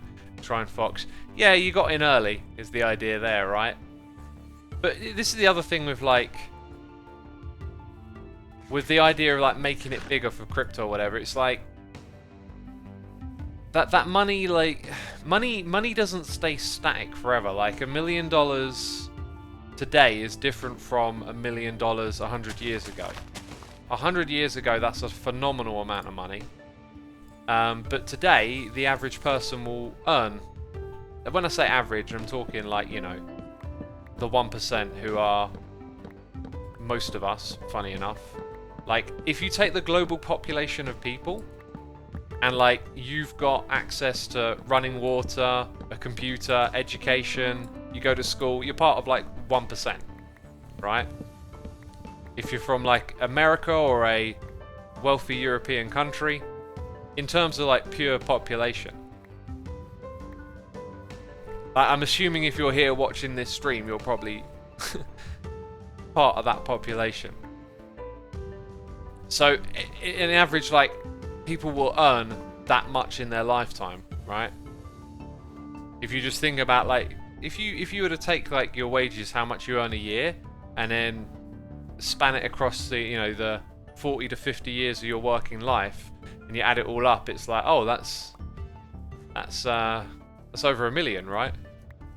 So when you hear about, like, people making millions off of off of crypto or whatever. Got to think about it in the bigger picture. Like, it's not just like making $1 million now. What do you do with it? Because you can spend it, you can throw it all away, right? So like, there's ideas of investing.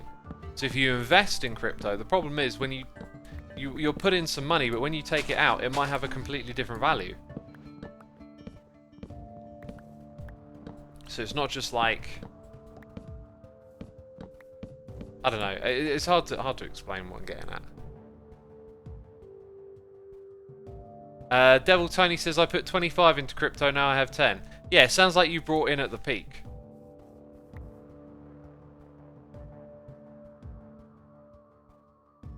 I think the average American will make $1 million every 20 to 30 years of their life, says Icepick. There you go. That's like, I don't know if that's true or not, but that's kind of it, right? Like, $1 million isn't quite as big as it once was because of inflation, but like, that's sort of the point, is that the idea of being like wealthy off of a cryptocurrency, it's like, well, when do you get it? Like, if you put in money today and in 70 years it's worth $1 million, like, what will $1 million be in 70 years? Maybe. But like, also, like, do you want to have that money then? Because you'll be too old to have fun with it, right? Like, the idea of all that like make it rich stuff is a little bit silly, I think.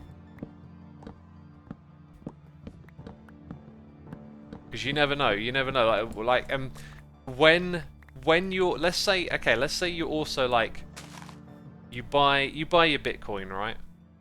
You put in some money, you put it away. 10 years later, it's worth millions.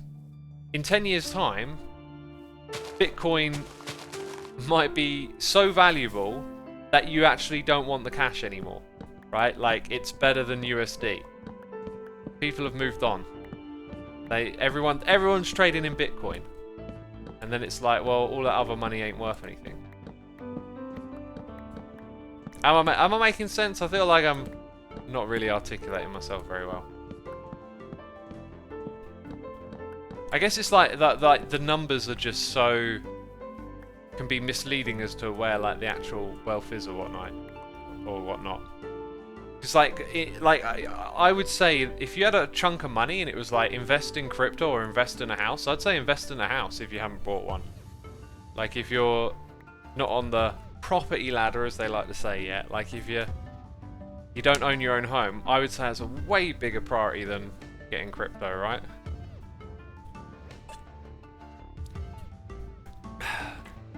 I Like Dinosaurs says, just joined to see X explaining how crypto works. I know, we did all the explaining how it works earlier. Now I think what I'm trying to do is articulate that the value of something can be quite misleading in terms of numbers, or like driven by FOMO, or not realizing that like let's say you invested in Bitcoin in 2012, right? You threw $100 at it. Yeah, today you would have an extraordinary amount of money because of that. That would have been terrific to do, and that's what fear of missing out does. It makes people think like that. So you might go and invest today, but the likelihood is, based on how big the price is now, it might not really ever get that much bigger. We don't know or not. You could have said the same thing back in 2012. So like, it's not smart to think in terms like that because you can't predict the future.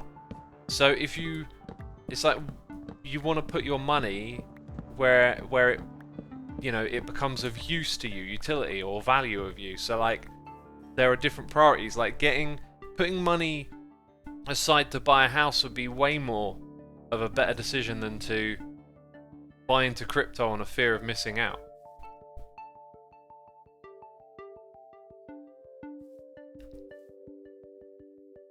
I wonder if this Bitcoin talk will be uploaded to Xisuma Says. I'll tell you now, it won't.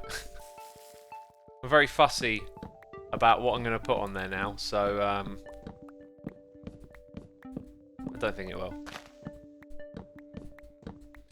Hey, we've got a noise in the ear. We've got Sap Scooter here for 3 months saying, what music are you listening to right now? I just heard Weezer's Enter Sandman and I'm surprised how good it is. I listened to the little previews of all the Metallica covers. Honestly, that project didn't like really interest me very much just because it seemed so bloated. Miley Cyrus singing Enter Sandman though, that was pretty amazing. If I want to go listen to that again. But yeah, that Metallica project, like, I would have been interested in that, but it was so bloated. It was just way too much to throw at you. I don't want to listen to like the same old songs covered by like 10 different artists each time. I think if they would just put it out as like a one album thing, you know, 12 songs, that could have been terrific, but it was too bloated for me to really pay attention to. Jay, thank you ever so much for the donation. Saying, hi X, started watching recently, I wanted to support you, so here you go. Thank you, my dude, I appreciate that. Of course, the donation helps support the channel, so thank you. Thank you again, glad you're enjoying. Promeneer757 is here subscribing, and Amber Red Dragonfire is here for 17 months. Incredible support as always, thank you so much, peeps. Right, where are we at? I think I've been putting stuff in here as well. That's probably enough. Yeah, that's got to be it. That's us. Right, we're done with that. Cool. So we've done 2 of 3 of the resource gathering. No. Dang it, I can't remember now. I think we've just got to do the piston stuff next, and then we can go to the Nether tunnel. I think that's the way around we're doing stuff. Anyway, let's tidy this up a bit.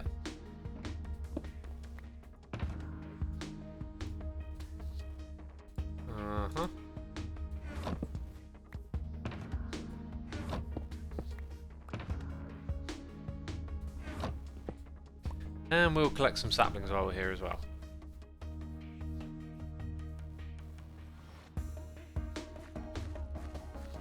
Do you think you can be a billionaire in an ethical way, says Bam Bus Bun. I find that, like, this whole, like, hatred of billionaires, I find it really peculiar. Like, I don't, like, have a definite answer of, like, what I think and feel about that stuff. I just don't like it. I don't like it when topics just get, like, pushed into one corner, like, get rid of the billionaires. It's like, well, hang on a minute, like, let's look at this and figure out what it is, because there is a lot of hate towards billionaires. Maybe some of it's justified, maybe some of it's not. I understand, like, some of the arguments for and against and whatnot, but, like, the problem for me is always that you don't have a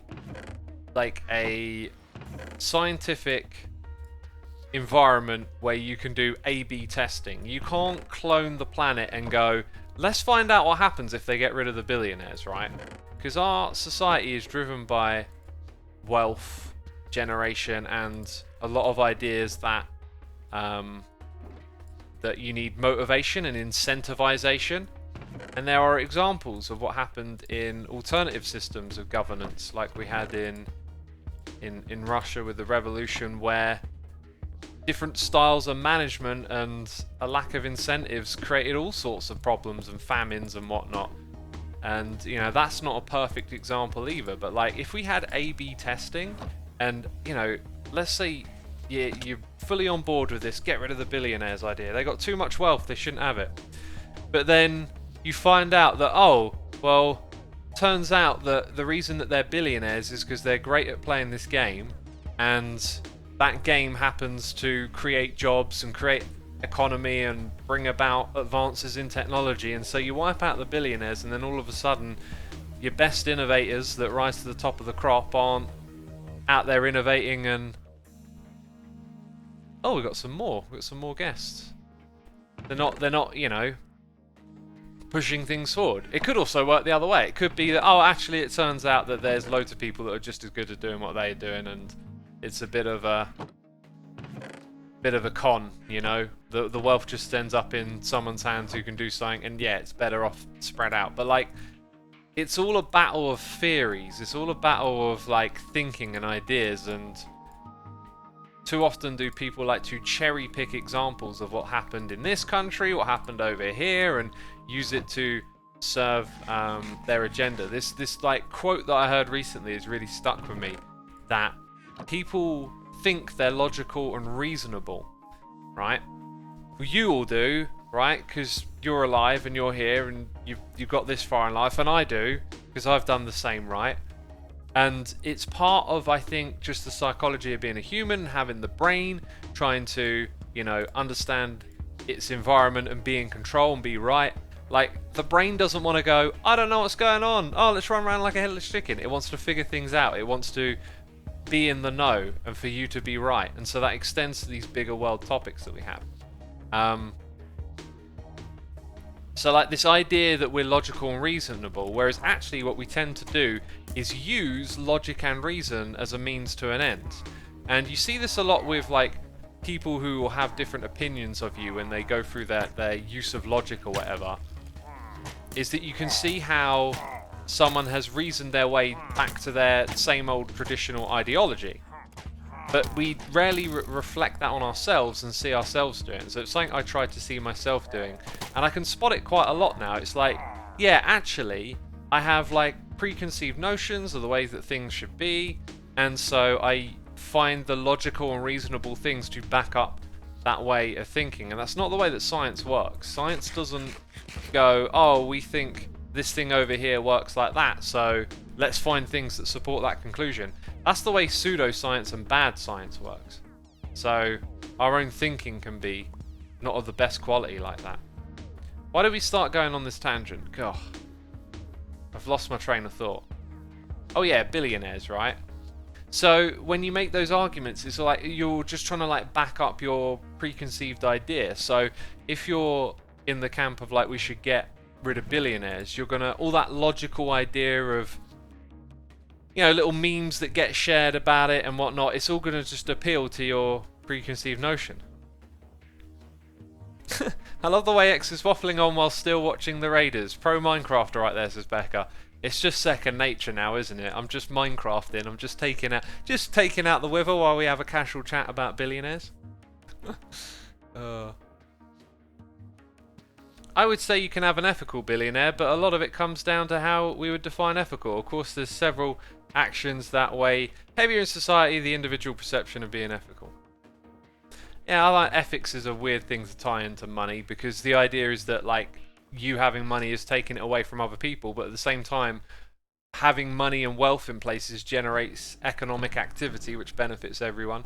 The other thing I think often gets misunderstood is that a lot of like a billionaire's wealth is actually quite speculative and held in investment. So like when Elon Musk became the richest man on the planet a while back, like it wasn't because he had money in the bank, it was because the price of Tesla stock went through the roof and he owns a lot of it, and therefore it exaggerated the amount of wealth that he supposedly has. If he were to try and cash it all in at once, I'm not sure if you can really sell that much stock all at once, because you have to find buyers, right? So even some of the figures around how much wealth they actually have is kind of not as flat as you think. It's not like a billionaire has a billion $1 notes in their pocket, like you might have some change in your pocket, right? I don't know.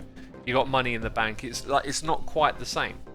It's often tied up in stock, shares, and investments and properties and stuff like that. Obviously, it's still extravagant and you'd rather have that than not, but like, again, it's not quite what people think it is sometimes, I reckon. You can still distribute the stocks among the Tesla employees, for example, says Prabhasa. Yeah, I mean, I always think it's really easy to just like say you could do that, but then not put yourselves in their shoes. Like,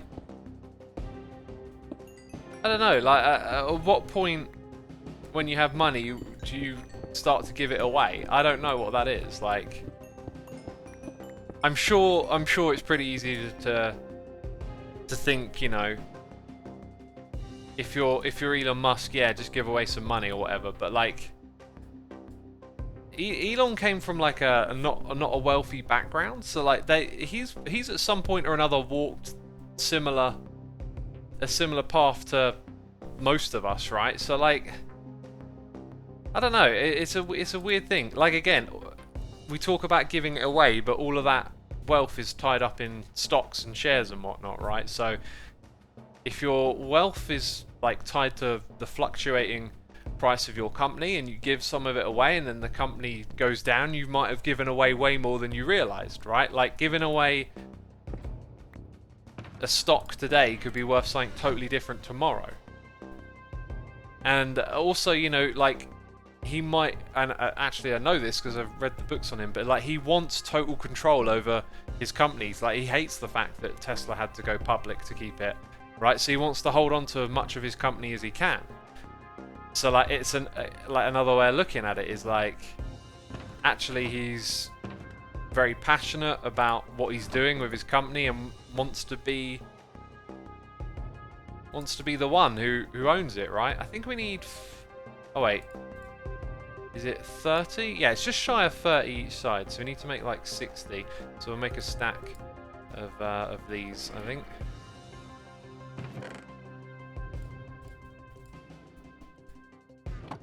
So yeah, I'm not like saying I'm for or against it. I just find it to be like a really big topic that's kind of like hard to pick apart when you really think about it. You can't also pay bills with stocks. People need money, says Isaac Paddy. Yeah, it's another thing that billionaires do because they have all of their money, or not all, but a lot of their money in stocks. They do weird stuff like they use debt leveraged against the stocks that they own and the value of the stocks at the time to buy and own things. So like Jeff Bezos, for example, I think like doesn't actually pay tax because the shares and stuff that he owns don't get taxed, and then he doesn't actually have income. He's leveraging like buying a property with a loan from a bank. It's super weird how it all works, and it definitely seems fishy and like something should be done about it. But it's just like, yeah, I think people just think of it in terms of like you're sitting on a big pile of cash that you can go out and spend, but it's actually all like quite different. Usually it's all tied up in stocks and shares, and there's all these other sorts of behaviors and way things that are done with that level of wealth. What do we need now? So I've got all those pistons. We need buttons. Then we need note blocks. Ah, the note block's going to bite me here because I need to use loads of wood for that, right? So let's just use up some of this oak. Again, I'm going to need just shy of a stack. And how many do you need? You need that 8. So actually, wouldn't 2 lots of that just be a stack?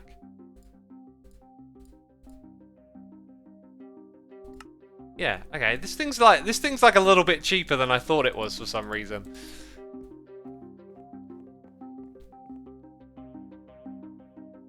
Best way to avoid income tax is to avoid income, says Aoife. Yeah, there you go. So they don't have income, right? Because they own all these stocks in their company. So they go to work and they increase the value of the stocks of all the work that they're doing, but they don't have an income. Yeah, that's probably a better way of describing it. Again, not saying it's right. I'm just all this stuff's super complicated, and when it gets simplified into those little tweets that go viral or whatever about get rid of the billionaires, it's kind of like, oh, it's just not that simple.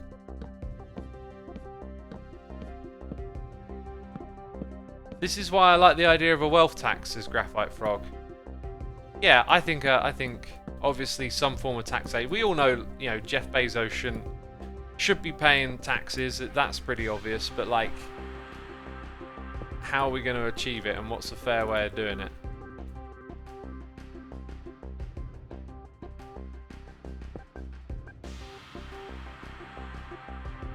I earned a little from stocks, says Demo. I brought some stocks, not a lot, but like... The thing is though, you say you've earned, you have to sell to earn. Like, earlier in the year, because I've been interested in like stocks and investing, but like that's kind of like everyone is at the moment. It's like a cultural trend, which is why I like haven't done a lot. I don't think it's smart right now, because... When you do something, like it might be smart. It might be like, oh, you realise that like investing in stocks is potentially a good move for you or whatever, right? Then great. But like when loads of other people around you are doing the same thing, you realise actually this is part of a trend, and trends can be a bit dangerous. You know, like a lot of people brought into Bitcoin when the price was really high, and now they've all lost a bunch of money on it. So the same thing could be happening with stocks and shares. Like, there's definitely been a shift with what they call retail investing, where loads of regular people are using their stimulation checks from the government to invest in the stock market. A lot of this comes from like the pandemic changed people's lifestyles, like they weren't commuting to work, they weren't going out, so a lot of money that would have been spent normally, like, on routine, all of a sudden was just sitting around in people's bank accounts, and then they're like, well, I want to do something with that, so where can I invest it? And so there's been, like, because of the pandemic and just a couple of trends here and there, like there's been a big shift in the way that's being like participated with, and it could be that a lot of people end up getting burnt from it and hurt. So yeah, anyway, like the thing that I was saying is, like, I could say, oh, I've made a little bit of money from it, right? But I actually haven't until I cash out, right? So if let's say I cash out now and I get like a little bit of money from it, like, well, what's the value of that money now? Because do I need it for something? If I do, that's great, it helps you do something important, get to the next step in life or whatever. Maybe that's like buying a house, right, is a good example. But if you don't need it now, what's the value of it if it sits around in a bank account and it's not invested? Right? So maybe you shouldn't have cashed out and kept it in the stocks. Right? Then the stock's price can go down later on when you actually need to cash it out. So it's really weird because it's like it's only worth what it's worth when you actually need it and cash out, right? What about dividends, says Freddy? Yeah, dividends seem attractive, but again, you still got the risk of, like, what's the value of that stock? So you can buy a stock because it yields dividends, but that doesn't mean it yields dividends forever. The dividend price can change based on how the company performs or if they change their policy. They can also go kaput and your stock can disappear and never pay a dividend, so it's all a bit weird. It ties to what I was saying about crypto earlier. It's like it's all a weird management thing. Aperture says a game of greed.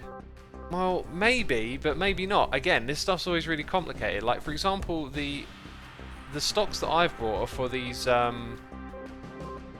green companies doing ETFs. Like, basically, the money that I brought with the stocks gets invested into green technology and renewable energies, right? And renewable energy generation. So, like, is that actually, like, a terrible thing?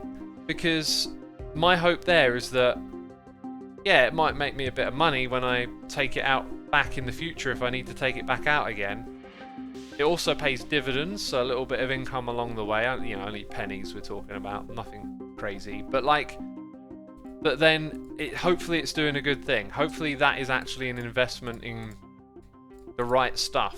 I mean, I don't know 100% what they're doing, but it seems to be that money gets used to invest in green technology and renewables, which is what I would like to see that do. So if I've got a bit of money that I could put into something like that, what do I want it to do? I want it to do some good. Hopefully it's doing that. I understand that there's a lot of stuff in the finance world that seems like a big game of greeds, hedge funds making bets and shorting stock. I'm not doing any of that, but I understand that that's out there, but it's not all that. It's not all the same, right? And hopefully sometimes you can invest in something for it to do good, not only for yourself maybe, but also for other people or the planet as a whole with some green technology, right? I look into my chat and like 6 or 7 people are all talking about curry now. And someone says, I love that people in chat are talking about economics like X and some are talking about curry. Yeah, literally. Just some people are talking about curry and some people are talking about economics.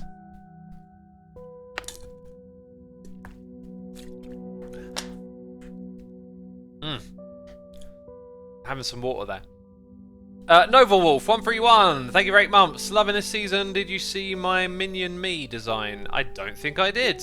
Twitter is the best way to get stuff to me, my dude. Thank you for 8 months. We've got Geordie7859 here for 13 months.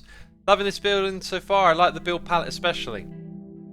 That build palette might be the last time we use it, funny enough, because I'm Going to introduce the next build palette in the next episode. It's similar, like the roof, the style, the layout, but some different materials.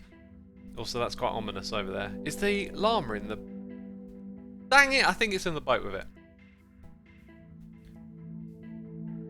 The primary incentive is profit, not improving people's lives, says Andy. Yeah, but like, I really think it's not... It's not all one thing or the other. It never is of absolutely everything, it seems. If you really think about it. Like, there are people out there in the world doing good. These things are all tied up and interconnected with one another. Like, I put my money into, you know, these ETFs that are for green technology in the hopes that, you know, that helps with the move on to renewable energies, right?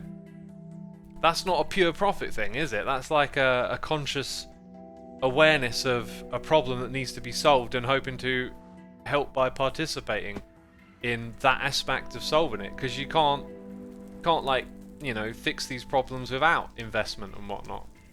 By the way, I'm not sure if I got everything I need in my ender chest, because we've done our resource gathering and our little base thing that I needed to do, so that's terrific. I don't have any sandstone, so I need the materials for building this tunnel. I want to kind of lay it out for the next big tunnel down the bottom there, so I wanted to grab some materials. MJM says yes, that's the way to invest. Yeah, I mean hopefully, I don't know. But it sounds like you agree. I'm going to invest it in curry, says Becca. Why do I feel like my chat is just having some sort of curry rebellion right now? Curry is good, I always poop after I eat it. Do you want to know something, Demo, right? About food and pooping, right? I always poop after I eat food as well. Isn't that so weird? It's like it's got to come out of my body again. God, imagine never pooping after you eating. That would be weird. God, imagine how big you'd be. Just holding on to all that food, all that waste. What are we looking for here? What are we looking for here? I've totally forgotten. Sandstone. Ha. Yeah, those blocks. Terrific. Right, that'll help us. Blackstone. Those blocks. That's all I need.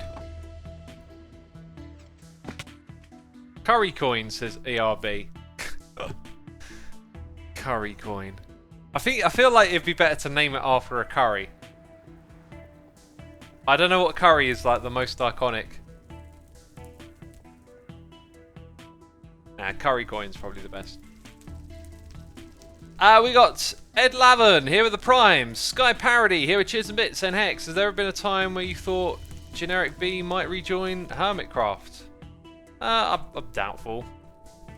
I mean, he left a long time ago, right?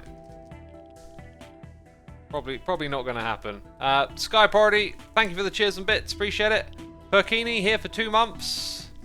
Thank you so much. Geordie7859 gifting us up to Jordan Pants.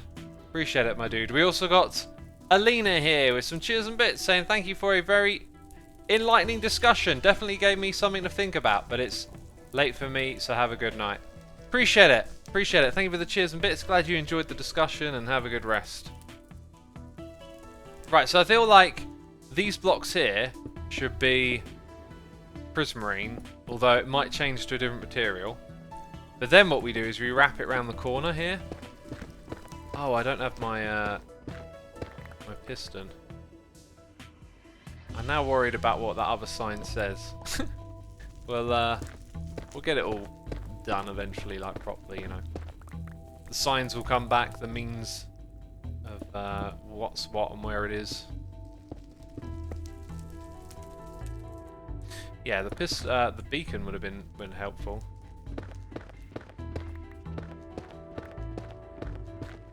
Would have been very helpful. Wait a minute, isn't it like super easy for me to set that thing up?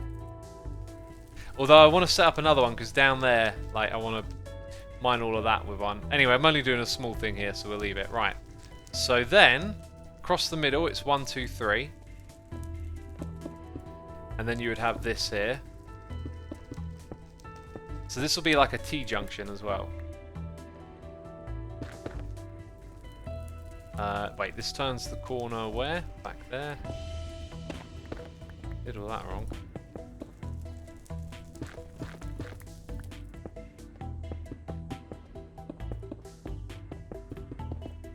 Right, and no magma cubes will spawn in here. By the way, like every time I go down this tunnel and I get like just to that area there where you can see the glowberries are, a magma cube always spawns. Always a big one. Like I swear, it always does.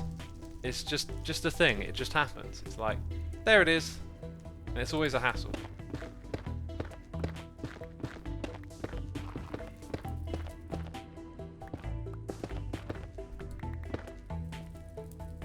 Just finished investing into my meal. Would 100% recommend curry.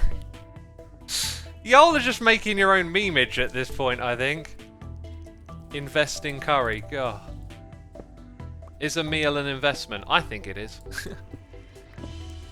Well, I'm having a curry today. Like I said, homemade korma, rice. What else is in it? Onion bhaji, vegetable samosas. That's it, I think. Pretty much that's everything. I haven't had a takeaway curry. Like, I've had one takeaway curry in like the last month. I can't believe myself. I feel completely fine with not having one lately. I don't know what it is. I think it's just like I've had so many now that it's like I don't even know. I don't even know what to think or feel anymore. I've tried everything on the menu, you know? That's the only thing to point out there, is that it doesn't really line up very well. But maybe we could somehow do something with that. I'm not sure what that would be, but let's go ahead and do this up the top as well. So then you have that, except not like that. Like this, there we go. Curry coin. I love a veggie curry, says Crown indicates. Yeah, I'm really fond of having veggie curries. Like the only reason I really pick meat with a curry is if like I have a protein goal to hit or something. Otherwise, I find vegetables with curry really great. Like a vegetable dansak is just so good. I used to pick vegetable masala a lot as well. That was really nice. I'm a big fan of the old veggies with... oh, that's the other thing that I've got for my curry. I've got fake meat. I got some not meat to put in there as well. Chicken tenders that aren't chicken. Some not chickens. That's what I'm putting in my curry. Some not chicken. Do you like Indian food? Says Miriti. No, I hate it. I have a policy here that we are not allowed to talk about Indian food. You know. So please don't mention it again. I become a fan of chickpea curry, says Grazini. Yeah, I've had quite a few dishes with chickpeas. They have to be like spiced right, I find. And speaking of spices, like a sag bhaji. Oh, that's what I should have got. I should have got some spinach to have in my curry today. That would have been perfect. I love spinach in a curry.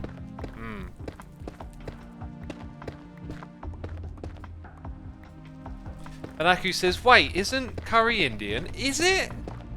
Is it? I mean, I go to the curry house here in the UK. That means, oh, because it's here in the UK, it's got to be British, that curry. I mean, is it? Penang curry is my favourite. I cooked that for everyone when we were on holiday, and everyone loved it. It was so good. You put fish sauce in that curry.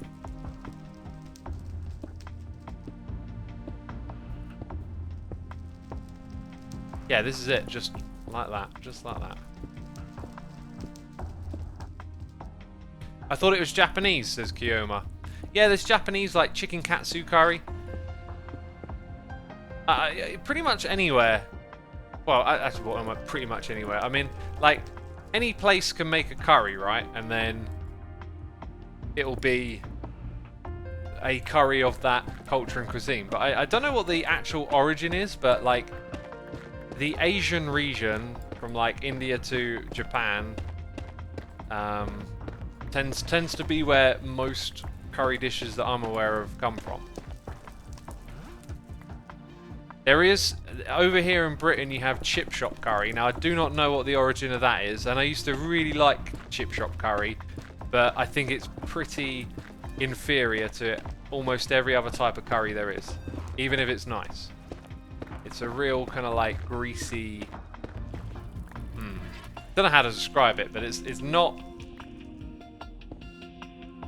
as fresh and as interesting as other types of curry flavour can be, I guess.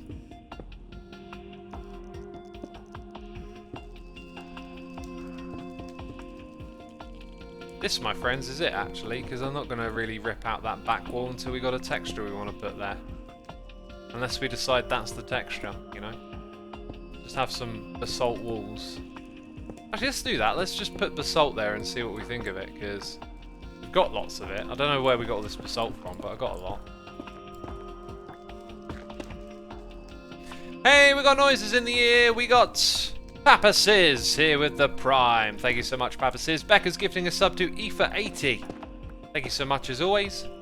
We have Alarazini Ahani Plays for 3 months. Saying thanks to Becca for my gifted sub. Awesome. Your boy Marmar's here with the Prime, and Embrace the Storm is here with the Prime as well. Thank you for using the Amazon Prime on me. I appreciate it, peeps. If you did not know, if you got the Amazon Prime, you get a free Prime subscription here on Twitch. Butter chicken is American, says Thegley. Whenever I see butter chicken curry, I'm always like, oh, I want to try that. And then I'm like, but it's butter. I never put butter on anything I eat, like bread, sandwiches, anything, right? And I think it's like one of the earliest misconceived ideas of diet was like when I first started taking more control over what I ate. It was like, all right, you know, fat bad, which isn't true. Butter is fat, therefore I will not eat butter. And I just stopped, and I like never bothered to put butter on anything anymore. Maybe toast on a rare occasion. Becca says, butter is my nemesis. I love the stuff. Yeah, it's absolutely terrific. I agree. I just made this habit of like, right, I'm not going to eat butter, and I just stuck with it. If I should or shouldn't have, I don't know. But like, I never bother with butter. Don't know if it's got any nutritional value in it or anything. I just decided, oh, I'm not going to eat butter. It could have been a bad decision. Who knows? The other thing is you tend to have butter with bread, and I don't eat bread, so... I say I don't eat it very often. I was actually told to eat more butter by my dietitian due to cholesterol issues. The one they told me to eat helps with it, apparently, says Thegley. Ah, that's interesting.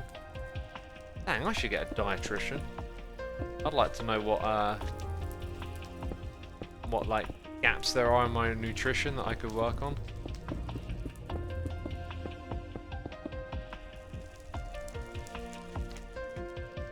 Butter is not bad for you if the source is good quality milk.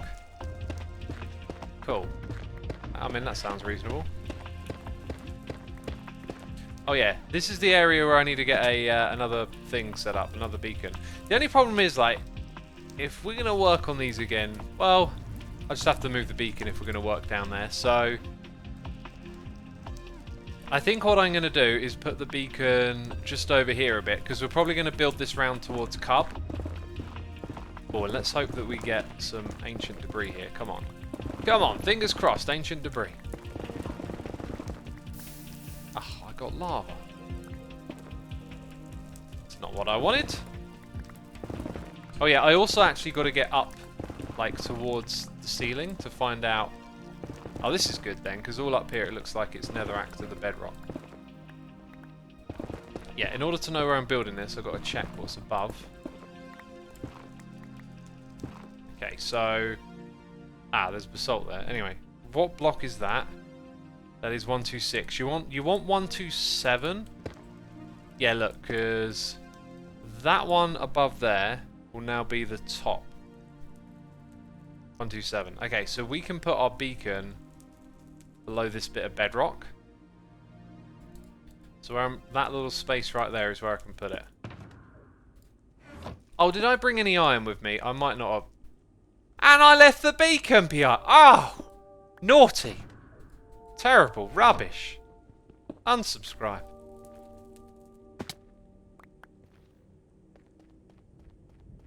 Also, that might end up being a little bit close to where you actually want the tunnel is another thing to consider, so we probably need to go a little bit further back.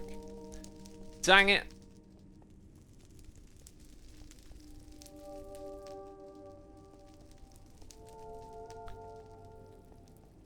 Dang it, dang it, dang it.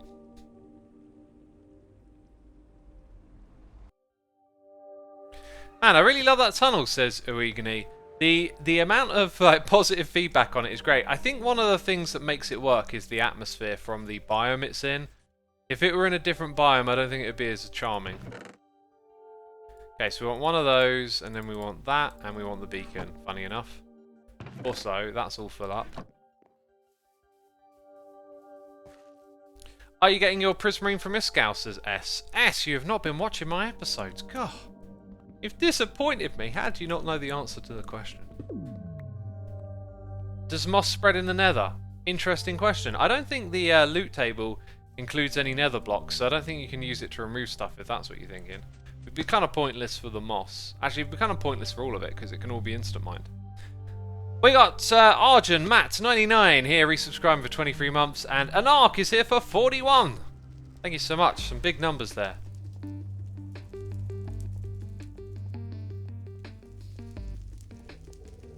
How many days you got on X? We're up to 967 at the moment.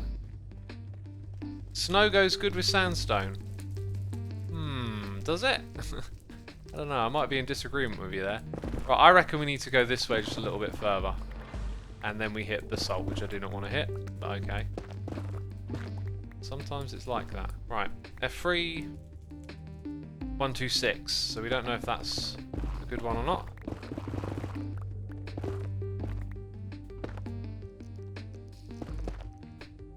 Aha. Right, what one's that? 126. We need a 127. Also, we might need a torch in here. It's like hard to see. What's that? F3. 126.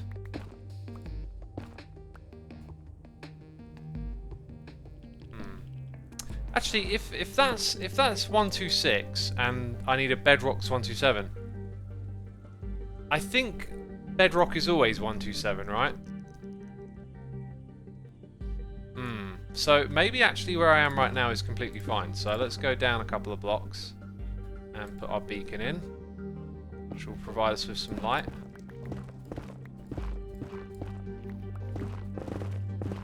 And then, actually all I need to do is give it the smallest base. So if I do this, then we'll find out if it works or not. And it works.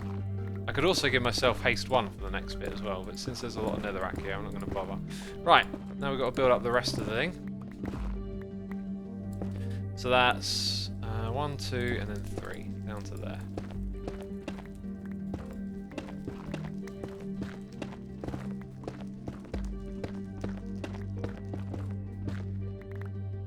Okay.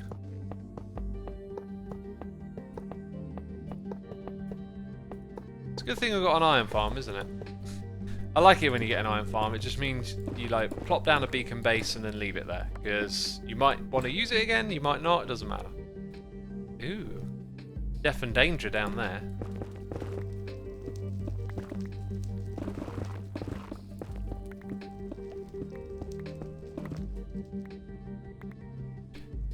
The axolotls from the sanctuary, forever in our hearts, says Xantum Prime. You've just made me realise that they're all dead. So much for the sanctuary.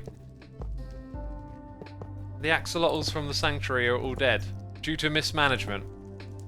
I'll blame the influence of Evil X for that one. I'll just say Evil X made me do it, you know. I did feel though, like you wanna plop your axolotls down and have them help you fight, but in that environment they're just gonna like disappear rather quickly, and then you realise, oh, they're dead, and that's kind of it. They didn't feel like they were really built for the environment. And what you got to remember is that, like in Minecraft, it's kind of tricky to like manage things like that when you're fighting guardians. So you could say like, oh, you're just like not looking after them, which could be true. I haven't really tested it again, but it just felt like that's so much effort. Like you wanna throw down your axolotl, get in there and fight, and then, you know, have them help you, but they just seem to like get annihilated. So, I don't know. I thought it was cool to take them along, but they just died. And because of the editing of the video, maybe you can't see like quite how quickly, but it was a case of like you throw it down, start attacking a couple of guardians, and then they're playing dead, and then they're actually dead. So like they're over in like a minute tops. Maybe a full shulker of axolotls at once would work better. That would be a fun little experiment to do, wouldn't it? Just to bring in tons of axolotls and like wreck house. I only had a couple to play with, so yeah, that's a cool idea. I like that. I think that's on my idea list actually. To like build an axolotl farm, take loads of them in there.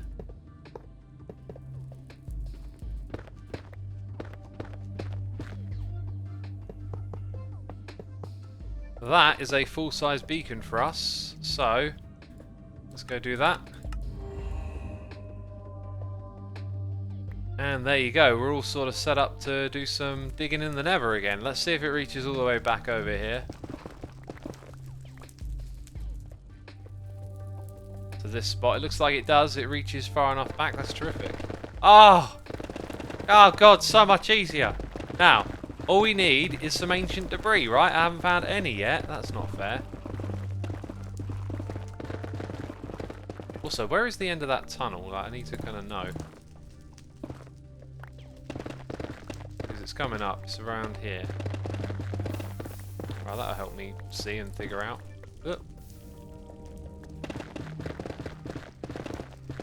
Beautiful. We're going to have to go repair this pick real soon. Oh, there's lava everywhere. What's that about? Right, that's pretty much as far as it's going to go, I think.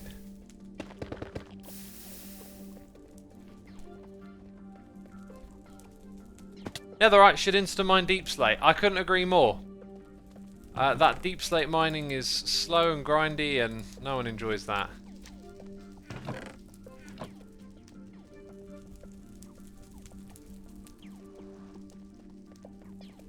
How many days you got on, says Slurping Waffler? There you go.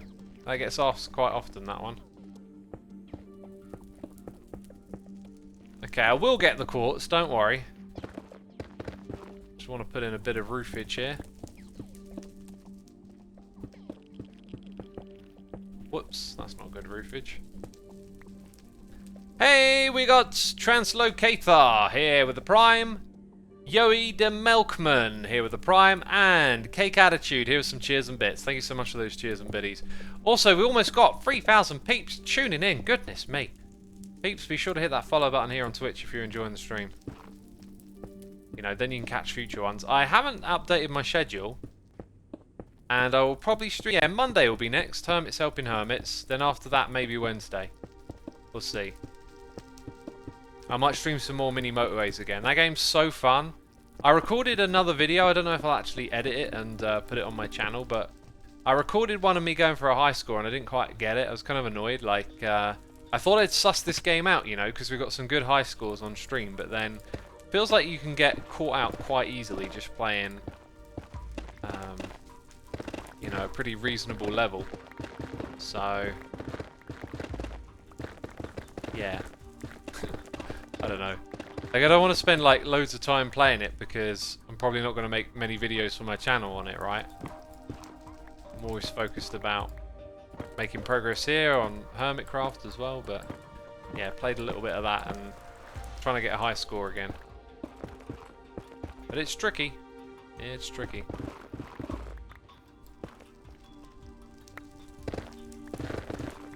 I got it on your recommendation. It's very fun. Thanks, says Slurping Waffler. Cool. Glad you're enjoying it. It's a really cool game.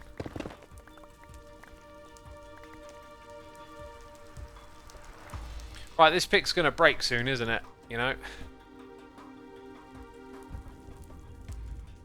It's gonna break. It's gonna break. Anyway, peeps. This is where we're going to wrap the stream up today. I want to say a massive thank you to everyone who subscribed, resubscribed, donated, and cheered. As always, I appreciate your support. Thank you for all those gifted subs. Thank you to my Patreons. We will look for a channel to go raid. Someone with not a lot of viewers. Less than 100, right? That's our rule. Tends to be.